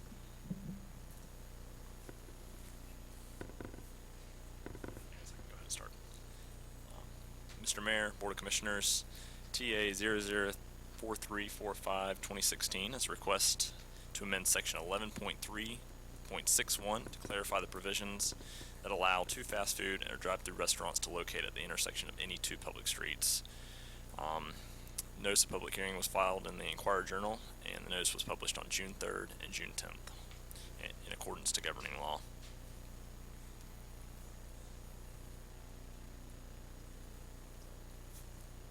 Do you not have the presentation?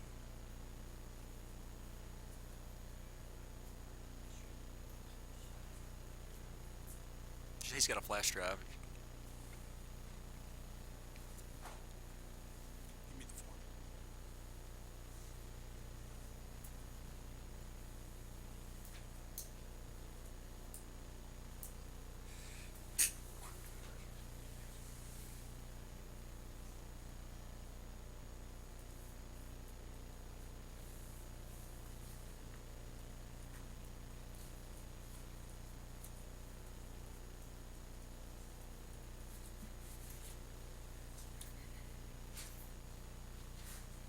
Apologize for the technical difficulties. Should be just up in a second. Here we go. Okay, this slide is the proposed language. The existing language is struck out and the proposed language is in red. As Kurt pointed out in his presentation, the town has been working with retail recruitment, and when looking at vacant parcel behind the McDonald's, staff realized that there was a contradiction in our ordinance. Sentence 1 is in conflict with the rest of the paragraph. The proposed text amendment would bring a more clear standard to allow what is already stated in the first sentence.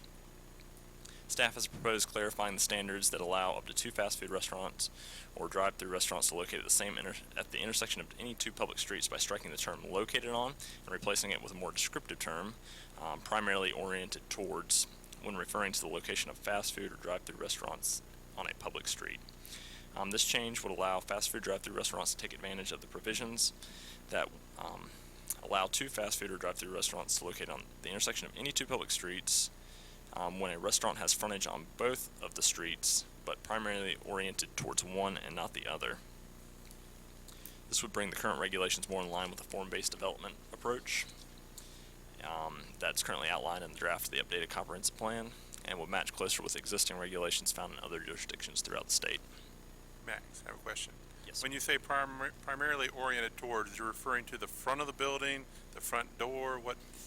And that has come up, and I'll get to it Okay. further down in my presentation, Right, but we did review that after the initial planning board hearing and reconsidered it. Several questions were raised at the planning board hearing on April 18th when it came to the proposed language of the text amendment, and it specifically revolved around the term oriented. The planning board tabled the proposed amendment for further consideration. In summary, staff did not revise the language of this proposed amendment for the previous, for the stated reasons. Webster's dictionary definition of the term orient, which I'll go over, the town attorney's support of the term oriented, and we used the term frontage. We did not use the term frontage due to it being ruled out by the definition contained in the UDO.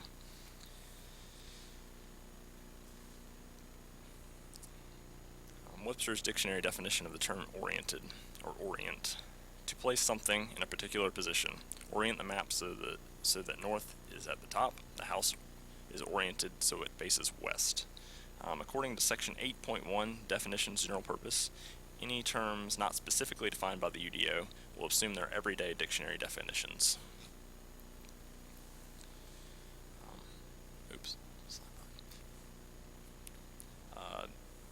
The town attorney was consulted at the very beginning of this process when drafting the language for the text amendment, and the attorney initially suggested the term oriented, and this is his explanation, and that's an excerpt from an email.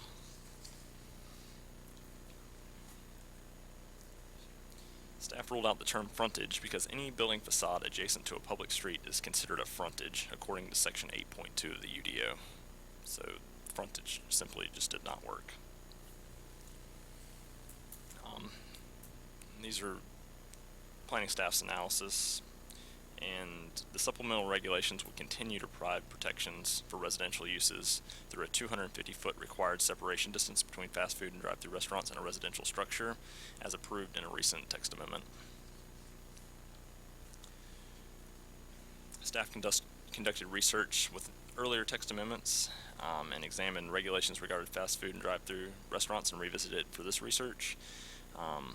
Staff looked at the regulations of more than 25 jurisdictions and found one town other than Waxhaw that required a separation distance between fast food and drive-through restaurants, and another fast food and drive-through restaurant, and that was Carrboro, North Carolina, which requires a 1,000-foot separation distance. And they happen to have 2 fast food restaurants, and they happen to be about 1,000 feet apart.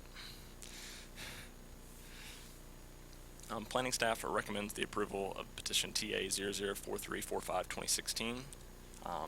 The changes to section 11.3.61, fast food or restaurant fast food drive-through of the UDO.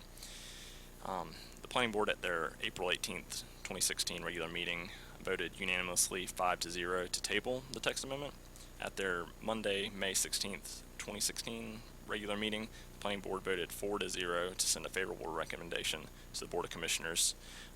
2 planning board members voted in favor of the text amendment and 2 members abstained. And I can take any questions at this time. Okay, board, do you have questions for Max at this time? Okay. We have nobody signed up to speak. However, is there anybody else in the audience that wishes to speak? Candace?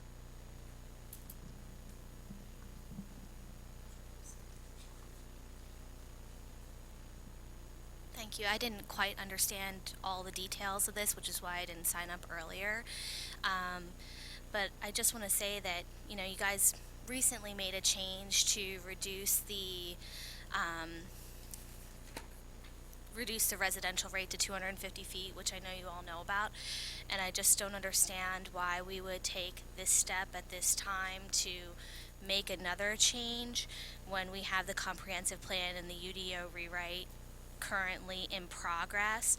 I, for one, don't support, you know, making this change at this time, because I feel as though there's been a lot of different uses discussed for that parcel. We turned down NTB like last year for this parcel, and if we do this and we make this change now, I don't think everybody understands that this is for all of town, that we would then allow drive-throughs to be next to each other all over Waxhaw. And is that something that we want people to be able to do downtown? Is that something they want people to do everywhere all over town? I, for one, don't support that and would respectfully request that you deny this.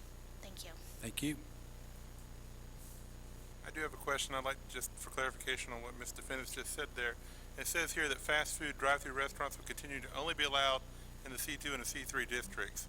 That's not all over town, correct? That's correct, and currently this is the only situation where this amendment would apply, but that doesn't, you know, that's not to say that it couldn't happen in the future. Okay.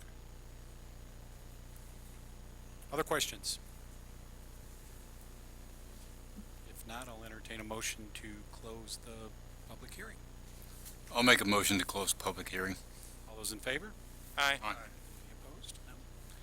Public hearing is closed.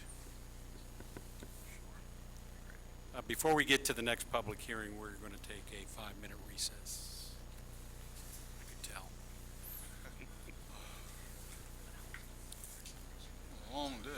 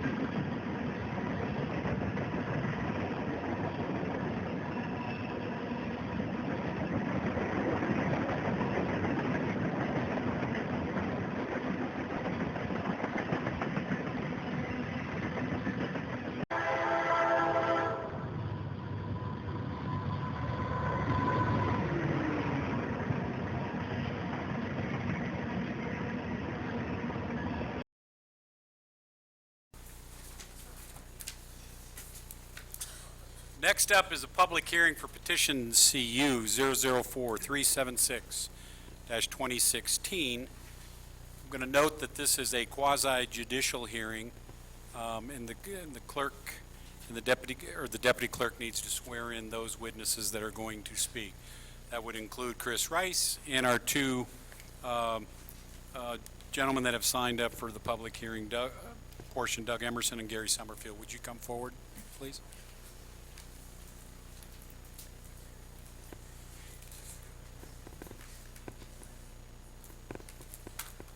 It's okay for now.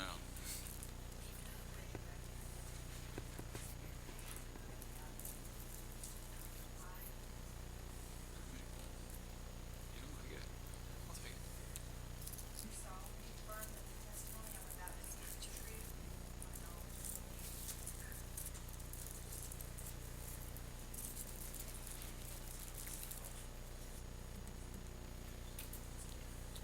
Okay, Chaplain, I'm going to turn this part over to you on the bias part.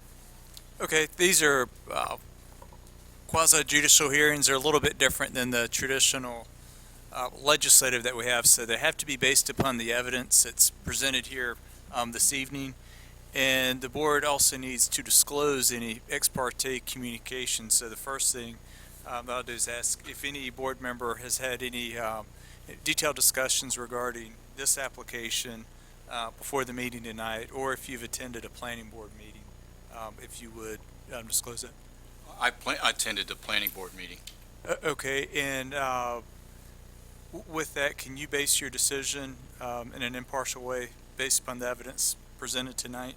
Yes, I can. Okay. Same chapel. I attended the planning board meeting also. Okay, and can you base your decision impartially based upon evidence Yes. presented tonight? Okay. Mr. Stewart? Any? John? Yes, I currently, and in the past and in the future, have my vehicle serviced at Mr. Summerfield's location. And on one of the most recent trips there, Mr. Summerfield did advise me that he was submitting this request for this parking lot to be built. Kind of showed me, but that was about it on that. Okay, with that, can you be unbiased and base your decision upon the evidence presented tonight? Yes, sir. No interaction for me. And I know this is it seems awfully formal, but it's something we've tried to do in the past. We just don't have too many of these quasi-judicial, so this is the proper way to do it, and I thank y'all for the frankness with that disclosure. Thank you. Mr. Rice? Good evening, Board, Chaplain, Mr. Wood. This is a conditional use permit to allow for a 30-space parking lot to be built on a site behind the existing Summerfield Tire and Service Center. It would be 100 feet wide and would sit approximately in this location.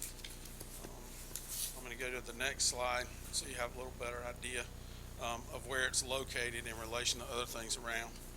This is Waxhaw Parkway. This is Highway 16. This is the other side of Waxhaw Parkway where it comes past the post office. This would be Verizon, and then you would have, or excuse me, this would be Verizon, this would be the car wash, and this would be Town Hall. This is the existing Summerfield Tire and Service. This is the drugstore, and then this is City Electric. Again, this is for a 30-space parking lot to be constructed by Mr. Summerfield. The 2030, or excuse me, the existing zoning is CUC3. I will go ahead and point out that the reason he is having to get a conditional use permit is the fact that it is zoned conditional use C3. If this was zoned as the parcels here that are zoned what we know as straight C3 zoning without the conditional use designation, it would be an allowed use, and it would just be a staff approval. The property under the 2030 comprehensive plan is recommended to either be, or it's got a double designation. It's general commercial and employment center. And again, this is 16 in Waxhaw Parkway. So it does meet with the 2030 comprehensive plan. The growth sector map for the area shows it in the intended growth section. This is basically the developed commercial area along 16. This area is the undeveloped area, but it's seen as a likely site for development in the town of Waxhaw. So it does meet with the growth sectors map in the draft comprehensive plan. These are a little hard to see, but these are the site plans for the property. What you see here in red is the actual site proposed for the parking lot, and this is the existing Summerfield building, and then this is Waxhaw Parkway here. And the parking lot will be accessed off Waxhaw Parkway. This is the proposed landscape plan for the property. There is landscaping required. It will be landscaped in accordance with the current Unified Development Ordinance. There will be landscaping along Waxhaw Parkway down both sides. There will also be parking back in this section, and I feel sure there's a question as to why there's a gap there. This is a right-of-way that originally was supposed to be part of the Jackson Station development, and the gentleman that had the properties has required that that easement be left in there, so they're not putting landscaping there, but the parking lot will not extend that far. And there will be landscaping on the back side of the parking lot, so that's why you have that gap there. This is the lighting plan, and we have reviewed it. It's hard to read the numbers on it because of the scale, but I have reviewed it for conformance with the town code, and it does meet the town code with regard to lighting. Okay, this is the site plan. Again, as you can see, this is the parking lot in the area in red. Automobile parking lot structures are an allowed use in the C3 as I stated earlier. The applicant is required to have this conditional use permit approved by the board because it is zone CUC3. As I said, if the property was zoned under general use district C3, he would be able to do this project with staff approval only. The plan as proposed meets the requirements of the Unified Development Ordinance for parking lot. Parking lot is stated by the applicant to the staff will be used for overflow customer parking for the Summerfield Tire and Service Facility, but it has been designed with a required cross access to the adjacent parcel to the east and could accommodate parking for future uses that may be developed there. Planning staff recommends approval of CUC 004376-2016, which is the request for a 30-space parking lot.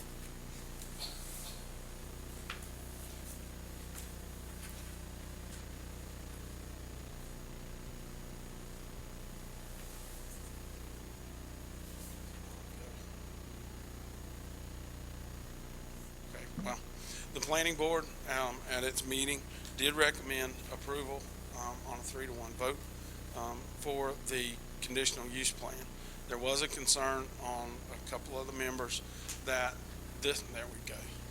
At the May 16th meeting, the planning board voted 3-1 to send a favorable recommendation to the Board of Commissioners with one recommended condition. The planning board was concerned the applicant could restrict the parking from development that may take place on the undeveloped property to the east of the site and or use this as a private paid parking facility. For this reason, the planning board recommended that a condition be placed on the conditional use permit that would require the applicant to allow for parking access from the undeveloped property to the east should it be developed. Staff stated the proposed condition would be forwarded to the Board of Commissioners and explained to the board that the Board of Commissioners could place reasonable conditions on the conditional use permit with the agreement of the applicant. The applicant is here tonight, and I can answer any questions you would like for me to. Any questions for Mr. Reyes? I looked at your zoning map there, and then I looked at the site map, and the zoning map is much larger square on there. It's like he's only taking up part of the lot. Sir, I can explain that to you. Let me get back to the area. It's easier to explain. Okay. The site is here, but what he's going to do is subdivide off a 100-acre parcel, 100-foot wide parcel to build the parking lot. So there will be a 100-foot wide piece of land here for the parking lot because because it has to be a minimum of 100 feet wide in the C3 district, then this portion of the property here will be left vacant and undeveloped.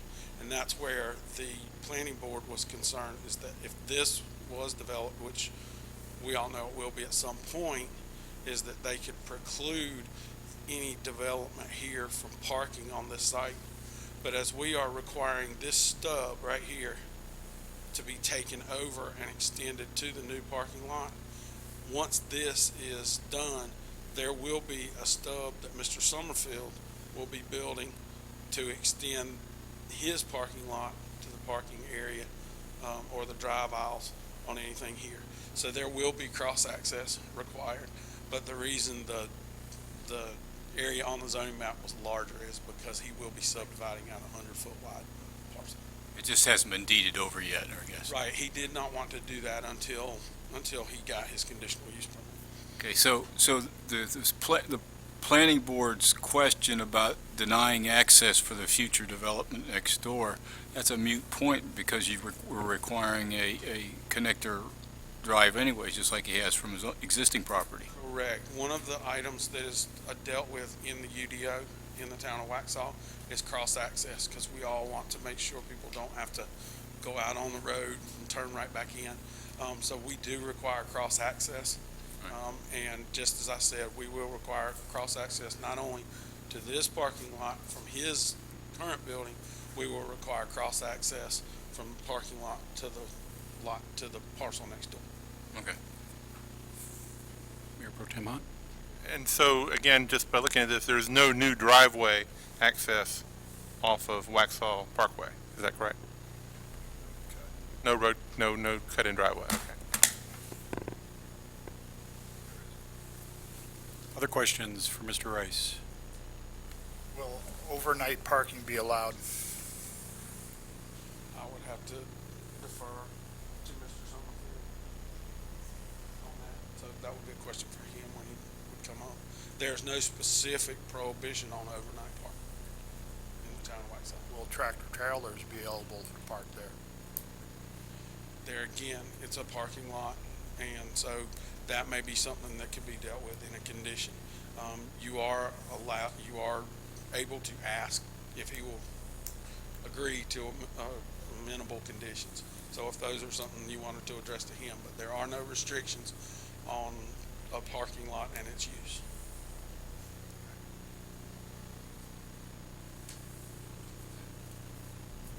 Okay, first up, Doug Emerson.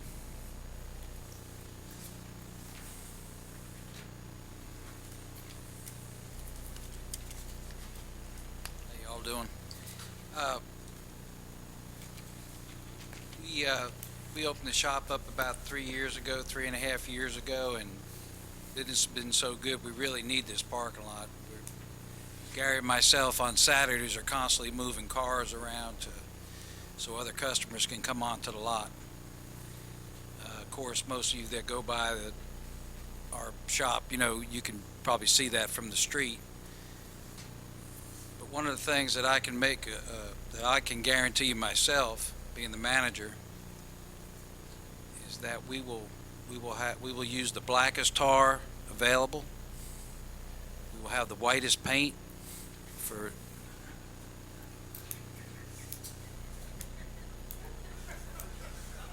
we will have the greenest shrubs, and we will make it the most beautiful parking lot in Waxhaw. We appreciate that. Okay?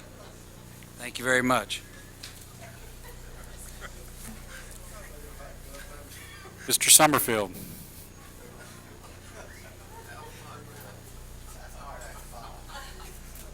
Let me get this down. Well, Paul, Mr. Fitzgerald, there is no tractor trailer parking, because when they park down on the parkway, I got Todd's phone number in my phone, and he's the first one to know, because I had 3 of them down there. It started with 1, then 2, then 3, and he's working on their tractor trailers on the parkway. I said, this ain't gonna work. And far as overnight parking, no, because my facility doesn't look like some automotive facilities where it looks like a salvage yard. I don't have that. You know, I want a neat, clean place, just like I run now. But I've got any given day, I have 12 to 16 employees there that have to park in the cutout, they have to park on the parkway, they have to park at the CVS because there's no room on the lot. And on Saturdays, Doug and I spend hours moving vehicles so customers can find a place to drop their car off and not run over each other. So no, it's not going to change from anything that we do now. And I even put in trying to get a grant for a hybrid electric outlet for electric cars to charge up. I don't know if I'll get it, but I put in the request. But no, it's just for overflow parking. A lot of times it'll be empty, but on peak days it's going to be full, and the employees will have a place to park until we fill it up like we have our current lot. Thank you. Any questions for the applicant? Okay. I'll entertain a motion to close the public hearing then. All those in favor? Aye. Aye. Hearing is closed. Okay, on to new business. Proposal for exchange of town property. Presenter is Warren Wood. All right, Mayor Maher, members of the board, Mr. Spencer, get the presentation up and we'll jump into this. Okay, we received an offer of property exchange from Trayton Homes since your last board meeting, and that's what's before you tonight is the consideration to start that process or not on moving forward with considering an exchange of property. So it's the property in question is 34 acres off of Waxhaw Marvin Road, near across from the Quellen Curitan subdivisions on Waxhaw Marvin Road. A little bit of background about this particular property. It was purchased in 2012 by the board voted in 2012 to purchase it. Paid almost $1.4 million or $40,000 an acre for the 34 acres. It was then annexed into Waxhaw, and there was some discussion about using the property for a future park. During the years, it's always also been discussed for a site for public services, but no definite plans were ever developed for the property, and to date it remains unutilized and inaccessible to the public. And here is the property in question. So here's Anklin Forest, Quellen, the New Curitan, Waxhaw Marvin Road, and the 34 acres. It's the most significant feature on the property is the pond.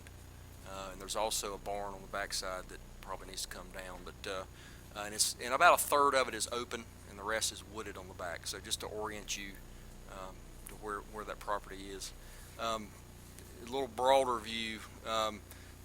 Tonight you're considering an annexation down here of Kensington Cove. We're working on an annexation here. If this project were to move forward, you would gain 2 additional annexations here and here. However, not this. We think this will be a topic of future discussion. So there are a number of annexations that we have been working on in the area. Some unique features of the property. When you drive by, you'll notice a brick gated entrance, a very nice tree-lined driveway. There's a stocked pond on the property. There's very nice road frontage on Waxhaw Marvin Road. Again, about a third of the property is open field, and about 2/3 of it on the backside is wooded, just to give you some ideas of the characteristics. The park, looking at the Park and Recreation Master Plan, specifically calls for a 10-acre neighborhood park in this location. The neighborhood parks have about a half-mile service area. This property is about 3.5 times what is technically called for in the Park and Rec Master Plan. And the size, this 34 acres represents a size that would be called for in a community or a more regional park, which has a much wider draw. In fact, community parks have a 3-mile service area versus a half-mile for neighborhood parks. And just to give you an idea, so here's the property in question right here. and here's a half mile. You got 444 Waxhaw homes in this half mile radius. If you went out to a mile, it's about 1,400 Waxhaw homes. If you go out 3 miles, which is what you would find as far as a draw for a community or regional park, you can see that it's expansive. It reaches all the way into South Carolina. Just to give you, and this is all out of the Park and Rec. These numbers are out of the Park and Rec master plan. So again, the homes within the service area, half mile, 444 Waxhaw homes. Within 1 mile, there's 1,300 Waxhaw homes. Within 3 miles, there's 4,200 Waxhaw homes, and then there's additional homes with that 3 miles that reach into to South Carolina. We don't know the numbers there. In looking at the Park and Rec master plan, one of the goals is to adopt, that came out of that plan, was to adopt a flexible park classification system that guides the development of future parks to meet the unique needs of the Waxhaw community while acknowledging the importance of public-private partnerships or relationships and the decline in public funding opportunities. So what that's saying is, where there are opportunities to partner with the private sector, do that because public funding for parks is getting more and more strained. The Park and Rec Master Plan also calls for 8, and this was from 2012, calls for 8 neighborhood parks. I would say at best we've got 2. I think Town Creek Park, not many amenities, but you know, the size is right, and it's got a walking trail and some greenways, and maybe some of the clustering of the parks downtown would qualify as neighborhood parks. But beyond that, we don't have neighborhood parks to speak of. Nesbitt Park is more of a recreational active park more than a neighborhood park. The proposed comprehensive plan calls for partnering with developments of new communities to leverage public-private participation in the construction of greenway and park facilities. So again, there's some support for at least considering some sort of partnership with the private sector on park development.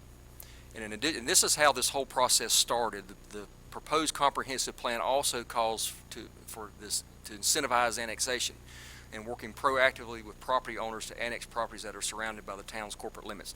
I actually engaged the developer. They did not engage me, and I have done that with a number of developers that are in these donut holes. We no longer have the authority to go out and do involuntary annexations. Everything's voluntary.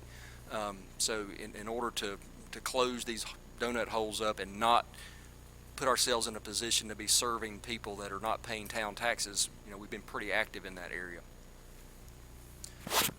Sorry. Yes, sir. I just want to also, the mayor pointed out at the beginning, to me there's a very important key to what you just said. You engaged the developers, but you did so at the direction of this board to you. Correct.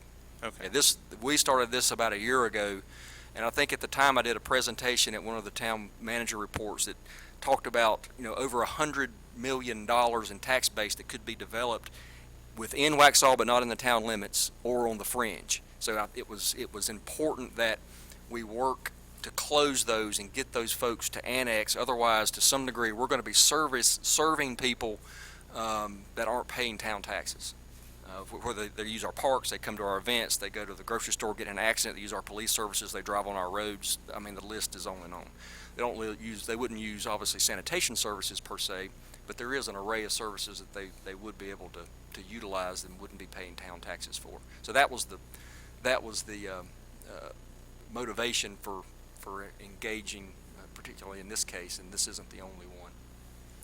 Neighborhood parks, just to give you an idea of some of the features that, and this is out of the Park and Rec Master Plan, some of the features that you will find in a neighborhood park, generally about 10 acres in size, connected to a town-wide greenway system, which we recognize we need to start working on that.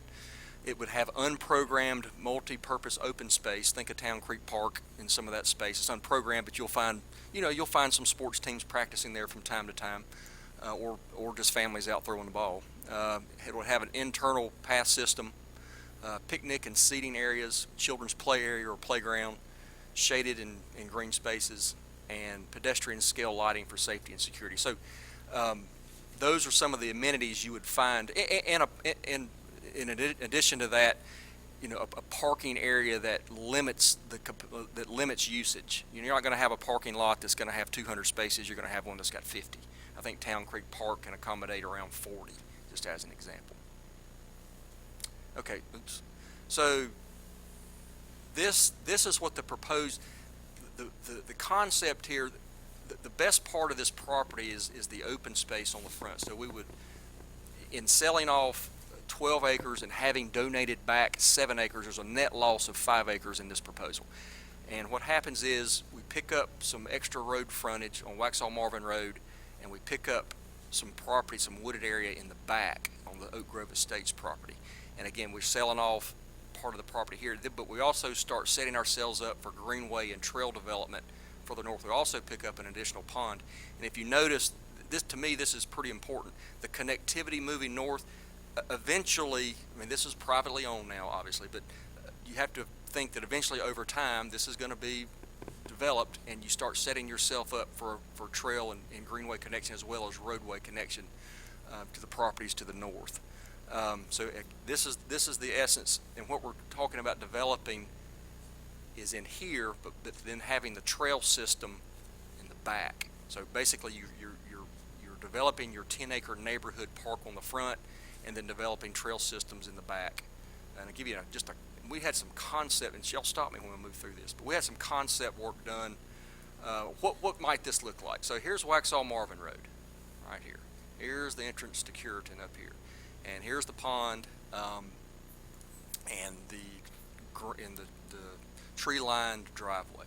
So if we picked up the extra road frontage up along Waxhaw Marvin Road, you'd be able to tuck your parking lot in here versus going it alone, and it would have to be in here somewhere.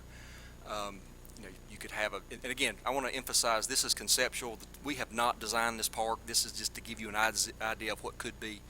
The focal point continues to be the pond.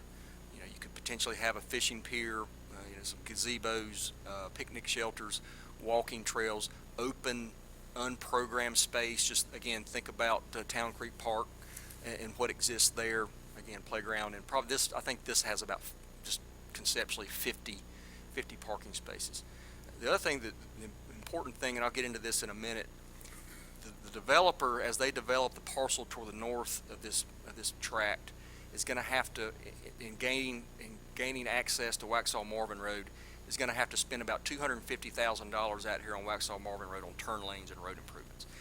If we were to go it alone, that would be an expense the town would incur in developing this parcel, and more than likely it would be here in this vicinity, and I'm not sure what would happen to your tree-lined driveway and your brick entrance.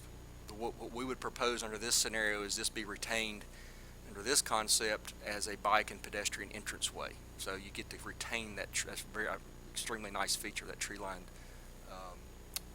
driveway there. So that just gives you a concept of what could be. And the board would decide, if you decided to move forward with this, what process you would use to develop a plan for this. And again, on the back side, you have your walking trails that you could develop at a future date, or Natalie's a certified trail developer, and so we could do this potentially with staff to some degree. But the focal point of the initial project would be this 10 acres on the front side. Here's what's contained in the offer we received. Exchange 12 acres of the 34 acres for the following. We would receive 7 acres back, deeded back to the town from adjacent tracts. So that's a net loss of 5 acres off the 34. So it goes from 34 to 29. The property does look different. It's not as rectangle as it was, obviously. We would also receive $636,000 for the sale of. In addition to the exchange, which works out to about $127,000 per acre for the 5 acres we're giving up. So that, again, we originally paid $40,000. So I think return on investment is pretty good there for that. That produces, if the town decided to move forward, it gives you a revenue source to develop the park if you chose to do that. The developer has stated a willingness and to add additional. Excuse me, let me back up. We would add additional open space on the road frontage on Waxhaw Marvin Road, giving us better options for parking placement that we just went over. And in addition to that, the developer has agreed to provide some additional on-street parking within his development that fronts the park, that mitigates the need for a certain number of parking spaces on our side, if that makes sense. the developer would also make a contribution or an improvement of equal to about $250,000 in value in road improvements to Waxhaw Marvin Road. And again, that would be something over time, if we chose not to do this, that we just need to keep in mind that in order to get access to Waxhaw Marvin Road to this park, the DOT would require us to make roadway improvements to Waxhaw Marvin Road. So that increases, when you do the math on the 636,000 plus the 250,000 on a per acre basis, to about 177,000 per acre. We would be able, if the board chose to do so, to develop and open the park by using the proceeds from this sale. And in addition to that, and again, this gets back to how this whole conversation started, ultimately annexed would be 90 homes with an average value of about $450,000, which is about $40 million in tax base between these two developments, producing about $144,000 a year in just real property taxes. And what would be required to the town? So again, obviously exchanging 12 acres for 7 acres, accepting the payment of $636,000. Annexing, we would there'd need to be the annexation of 2 subdivisions, so that's action by the board. And we would recommend a joint submittal for this property would need to be, after annex, rezoned. Obviously, the board can't make any commitments on any zoning, so that has to be considered independently. But we would need to be part of a joint submittal for rezoning, since our properties would be so intertwined to R4. Quellen across the street is R4, so it's consistent with what's in that area. Next steps, tonight, if you chose to move forward, you would approve the advertising of the public notice for the property exchange and call for public comment on June 28th. And public comment has to take place at least 10 days after the notice is publicized, so that's for the June 28th date. If you chose to move forward past that date, you'd pass a resolution authorizing the agreement after public comment. Parties would finalize and execute the agreement, and there would ultimately, again, there would ultimately be additional action of annexation, submittal of a joint zoning application, and consideration of zoning approval. So that's the essence of what we have received from Trayton Homes. Questions for Manager Wood? What is the zoning now? It's R1. When it was annexed in 2012, the zoning that was put on it is R1. So if this is approved down the road, the R4 that they would be requesting is higher density, correct? Correct. R4 is our highest. So is the 90 houses included in that R4, or the 90 houses included in the R1? That's a good question. So it's actually 25 homes in Oak Grove Estates, which is the parcel that's already being developed to the south, and I think it's the math on that would be 68 or 60 some odd homes that would be developed to the parcel to the north. So it's not all 90 homes on the parcel to the north. It's 25 on the south side, because there's 2 different parcels to be annexed. Right, but the total is that 90 homes a total if it's R4, or a total now that it's R1?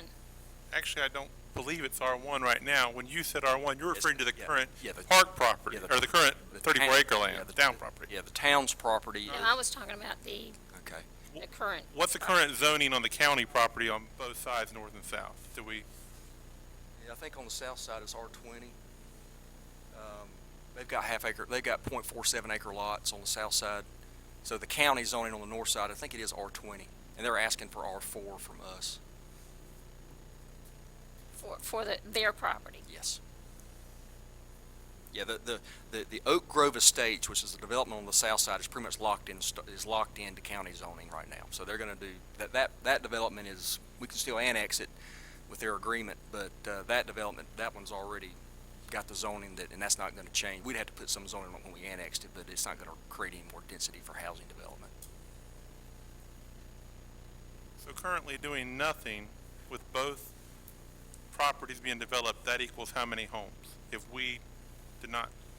Well, they've got 25 on the south side, and if they didn't annex, they could probably do 40 on the north side versus 65. It would depend on if they haven't gone through. They could ask for a rezoning from Union County. It would depend upon what they came back with. Union County could give them the same density that we could offer. I mean, there are developments in Union County that are as dense as, to a large degree, what we can offer. Typically, they don't do that, but they have. But it would just depend on what they could get from the county. Other questions? Yes. So also, if we chose to not consider this exchange or this proposal, there's currently no money in the budget for going forward on plans for this development of a park. Right. The padlock stays on it. We lose the 636,000. We lose the 144 potential from that each year. It gives you the opportunity to develop that park, and otherwise there's nothing in the 5-year CIP for park development on this property. We have money set aside for other park projects, but not this one. So it provides you an opportunity and an opportunity for annexation that you're not going to get otherwise. But again, it's something for you to consider. I mean, we'll have the public comment period if you decide to move forward. Other questions? Can I make a statement? Mhm. I know this is not the public comment part, but after I have to say this because of the people that called me during the weekend after the mayor put the presentation out or the communication out, and I had quite a few calls from residents on Saturday and Sunday right up until 10:30 Sunday night talking to folks who were asking questions back and forth. Some of them I could answer, some of them I couldn't because I didn't know all the information. But the main context of what was asked is, why would we take property that is already paid for by the citizens 4 years ago and take this beautiful piece of property and turn it into, when I look at this final map, turn it into pretty much a park for a development. I don't have the answer for that. I'm not in agreement with it. I'm the only one that's not in agreement with it, obviously. But I just think that I need to speak up for the folks that did call me, who were quite a few, who didn't choose to send in their name and their address for whatever reason. That was their option. And but to just speak for them that they don't feel that this is right, and that they would rather see this as a park. They do understand all of the things that you've explained about the tax base, about the annexation, about all of the different things, about them using, people using our services, some of our services, our streets. There's people that bump up to Waxhaw that's going to use our services that will never annex, that we don't have a park to deal with them with. So just speaking out for those folks, probably about 25 that I talked to. I just thought I wanted to get that out there for them. They're listening tonight, so I wanted to let them know that I stand by how they feel and that I'm not in agreement with this. Thank you. Other comments, questions? I have, in the spirit of Commissioner Stewart's comment there and the folks that have contacted her, I'd like to make a motion that we authorize the publication of the public notice of this proposal for exchange of the property and to schedule a public discussion on this proposal for June 28th, 2016 at the Waxhaw PD Community Room, our next scheduled board meeting. We have a motion on the table. Any discussion? Okay. All those in favor of the motion signify by saying aye. Aye. All those opposed? There you go. And I encourage everybody to come out that wants to talk about it to come out and make their voice their comments on the 28th. Next up, First Street easement closing.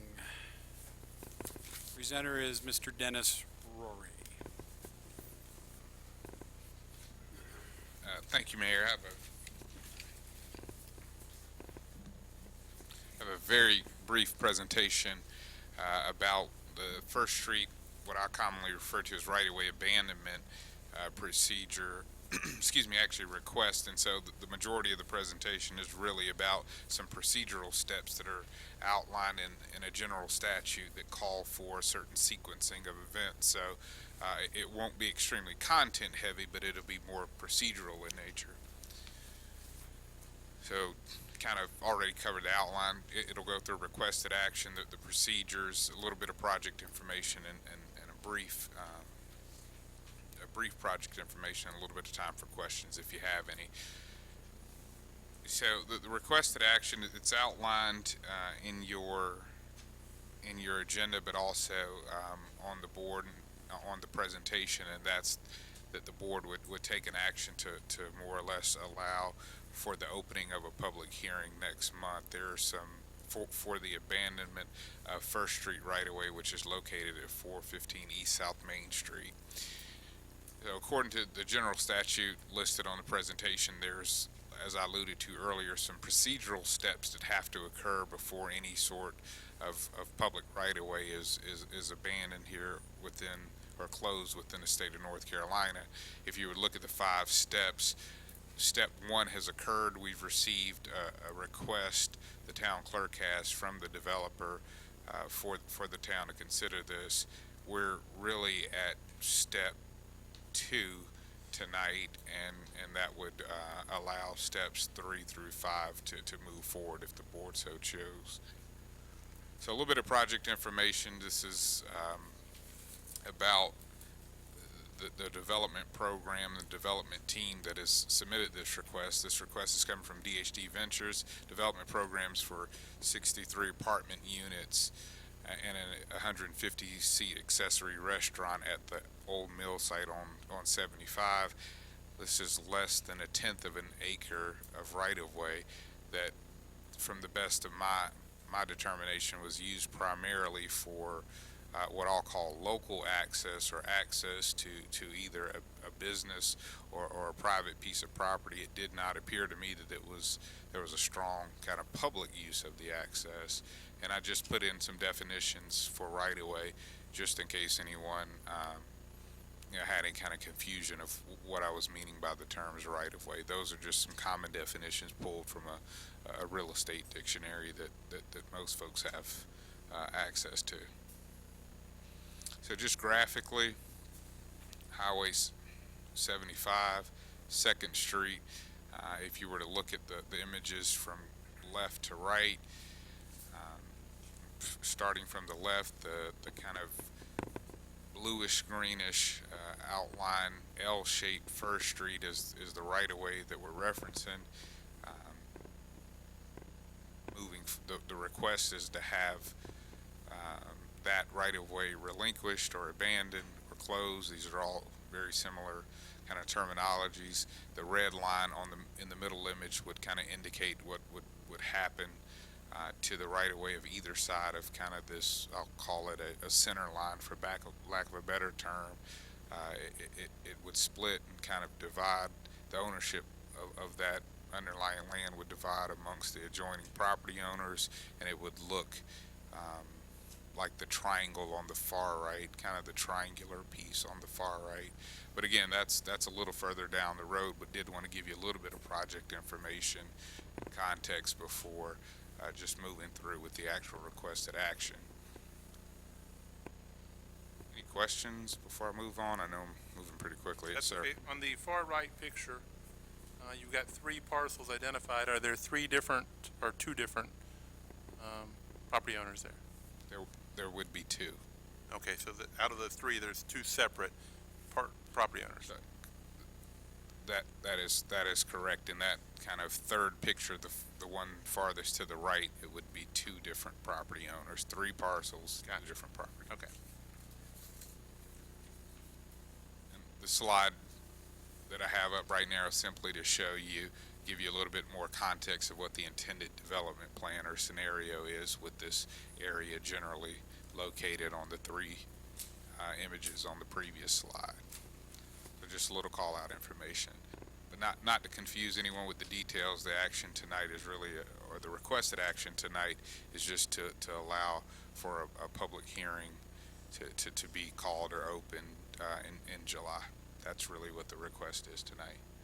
And I'll just look at the chaplain to make sure that's consistent. That is consistent, and that's the process. And to follow up on the question about the parcels, the same property owner does own on both sides of the street. So to have 3 parcels, you're going over one more. So the street sought to be closed. They're different parcels, but it's the same owner that's making the request that owns on both sides. Yeah, thank you. Thank you. Yes, sir. Here's that there's a building built on this street right away. It looks like it's that white piece that's above the red line, but before the blue line. Is that a building? Are you referring to this area That white little dot. right here? Yeah. I believe, A shed? I don't believe that's a structure, but if it is, I believe the intent is for that structure to be demolished with the actual development plan if it hasn't been already under the existing demo permit. Any additional questions? So I will entertain a motion to adopt the resolution that's in your packet as written that directs the town clerk to do the following: publish this resolution of intent once a week for 4 consecutive weeks in the Inquirer Journal or other newspapers of general circulation in the area. Transmit by certified mail a copy of this resolution of intent to each owner of abutting properties to First Street, and cause adequate notices of this resolution of intent and the scheduled public hearing to be posted as required by state statute. So moved. So moved. Any further discussion? All those in favor? Aye. Aye. Ayes have it. 5-0. All right, we have 2 voluntary annexation petitions coming before us. But before we get to that, we have town staff's very efficient. The statute isn't as efficient. I want a chaplain to be able to explain the steps that we have to go through, even though some of the steps have already been executed. Yes, I was asked why we have this strange procedure and do we need to follow it? And I looked at the statute. You get an annexation petition, and we have these 3 steps. First, the board passes a resolution requesting that the clerk investigate, and then the clerk says, yes, it's investigated and I find it's sufficient and valid. And then the 3rd step, if you want to move on, pass a resolution for a public hearing. It's awkward, it's strange, and it's by statute. Upon receipt of the petition, the governing board shall cause the clerk to investigate the sufficiency, and then upon receipt of the certification, the board can then pass a resolution. Our forms are also follow the statute, and they follow the mechanics of annexation from the municipal association pretty close. So actually had this, I was looking at it on another purpose, but knew I had the resource, and I looked at it. It's a strange process. It is awkward, but it follows the statute, and that's why you have to follow the 3 steps, and it should be consolidated. For municipal annexations, if we had more, we could change that and do a resolution, because you actually don't have to certify your own property. And Melody Schuler and I actually talked about that, but we've done it that way in the past, and you had 2 on your agenda tonight, and we thought it would be simpler if they both look the same with the same resolutions. So generally the process is staff will give you the background. If you want to continue to the next step, you ask that it be certified. Hopefully that's already been investigated, and they can investigate and certify, and then if you want to set the hearing, you pass your second resolution, calling for a public hearing. Inefficient, step by step, but We're going to move through it quick. yes, I think Okay. you can. All right, thank you. So first one is initiation of voluntary annexation petition 18-215 for the town of Waxhaw. This is to annex in the property that the county has donated to us for the YMCA park. Lisa? So it's 3.523 acres, and like you said, it's been given to us by Union County for the YMCA park development. It's tax parcel 061620001, and that is being combined with tax parcel 061620005T. Kensington Drive. Okay. Given that, I will entertain a motion to adopt the resolution to direct the clerk to investigate the annexation petition as written in your packet. Okay, the clerk has, Wait a minute, we gotta pass the resolution first. So moved. All those in favor? Aye. Okay. Now, Clerk, Deputy Clerk Queen, I know you've been busy over there investigating this. the annexation, the annexation petition has been certified by the town clerk. Thank you. Given that, I will entertain a resolution fixing the date of the public hearing on annexation petition 18-215 pursuant to general statute as written in your packet. So moved by Commissioner Fitzgerald. All those in favor signify by saying aye. Aye. Ayes have it, 5-0. Okay, moving right along. Next item, initiation of voluntary annexation petition for 18216 for Kensington Cove subdivision. Okay, this was the subdivision that Town Manager Wood showed an aerial for in his earlier presentation. It's been submitted by Cal Atlantic, and it includes parcels 0619279 through 0619277 located on Kensington Drive. It's approximately 21.4195 acres. Your original packet had 20.264 acres, but you should have gotten an amended packet number. Any questions for Lisa? If not, I'll entertain a motion directing the clerk to investigate annexation petition 18-216. So moved.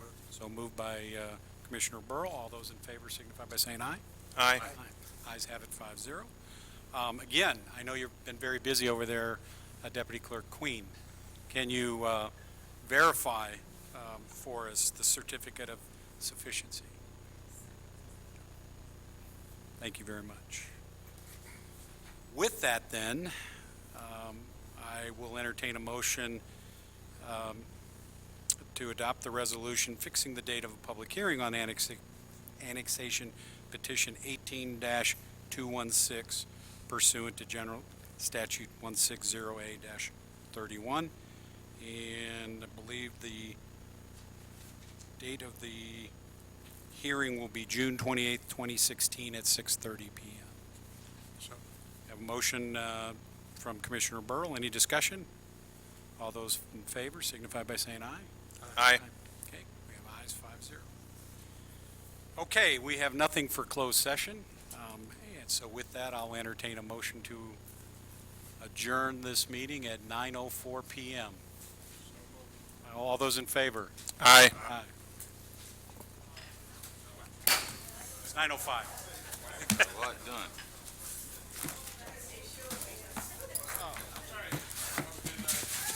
You got to get up at 4:30 again?